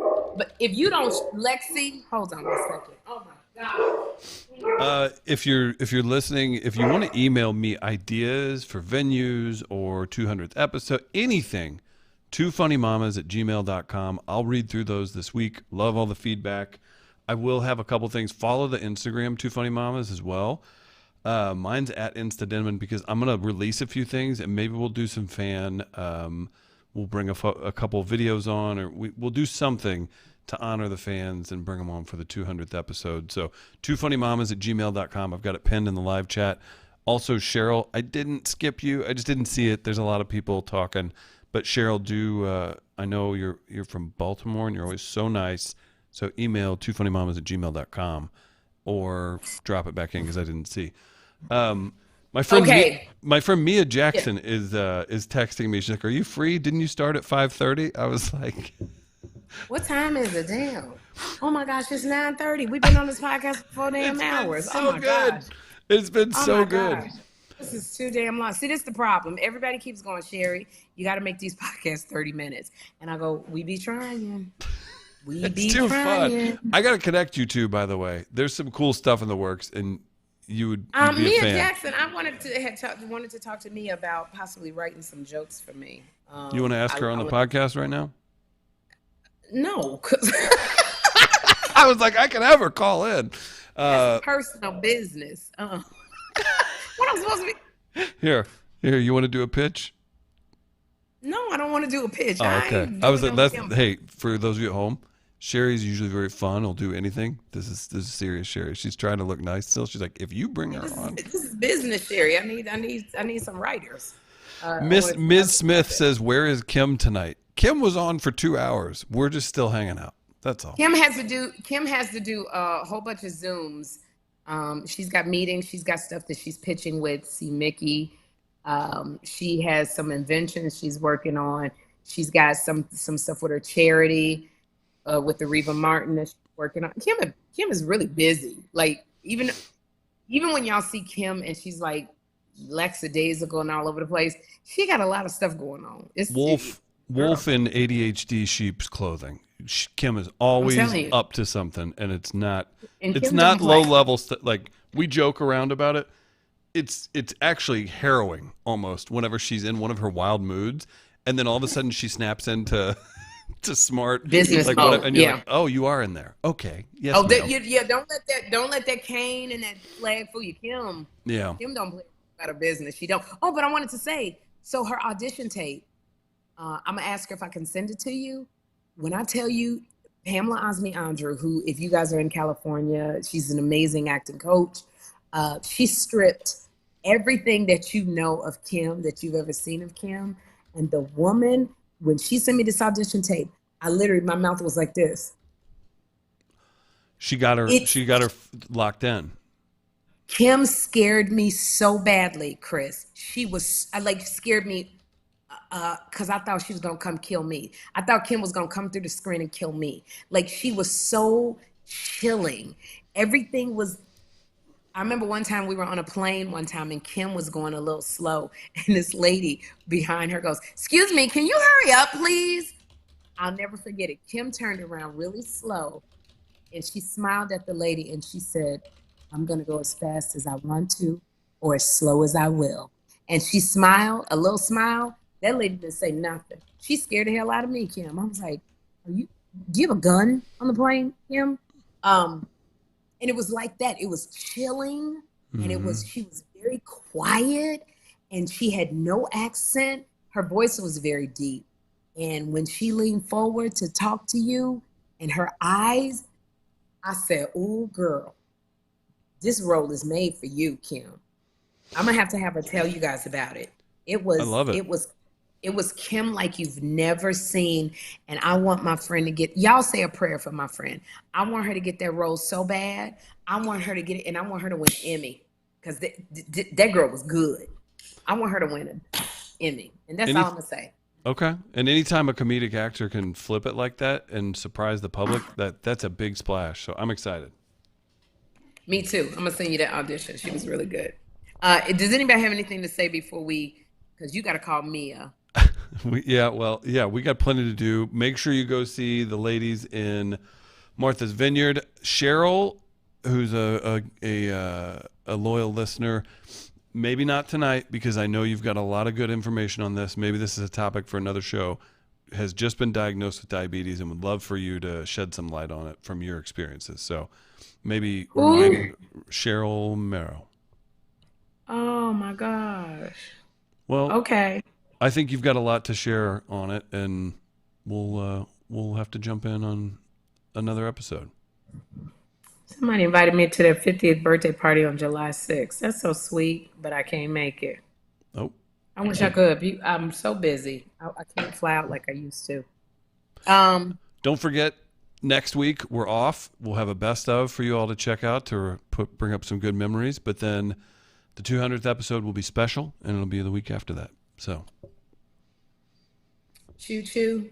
Love it, Sherri. Great show. Everybody's saying we should submit this one. You and Kym killed it. But we can't submit the whole episode. We can only submit 45 minutes, right? I know the 45 I would choose. You all killed it. This is too big of a show. The only thing I could think is when we FaceTimed the people, but So we only good. got 45 minutes to submit. And when we talked about Tyler in the FaceTime, but this is too long. We've been on this daggone podcast since 6 o'clock, so it's actually 3 hours and 30 minutes. They're aware of 2 hours. They've seen us for 2 hours and 40 minutes, but we were on before that. So, Sherri, get your food. Yeah. Congratulations on all your success. You look great tonight. Kym was amazing. Listeners, you're amazing. Sherri, great work. All right, y'all. Thank you so much for tuning in to Funny Mamas Podcast. And we'll talk to you later. This is me finding the outro on here because I don't have it yet. Oh, my gosh. So we're bye. playing through. All right. Bye, Sherri. See you later, Chris.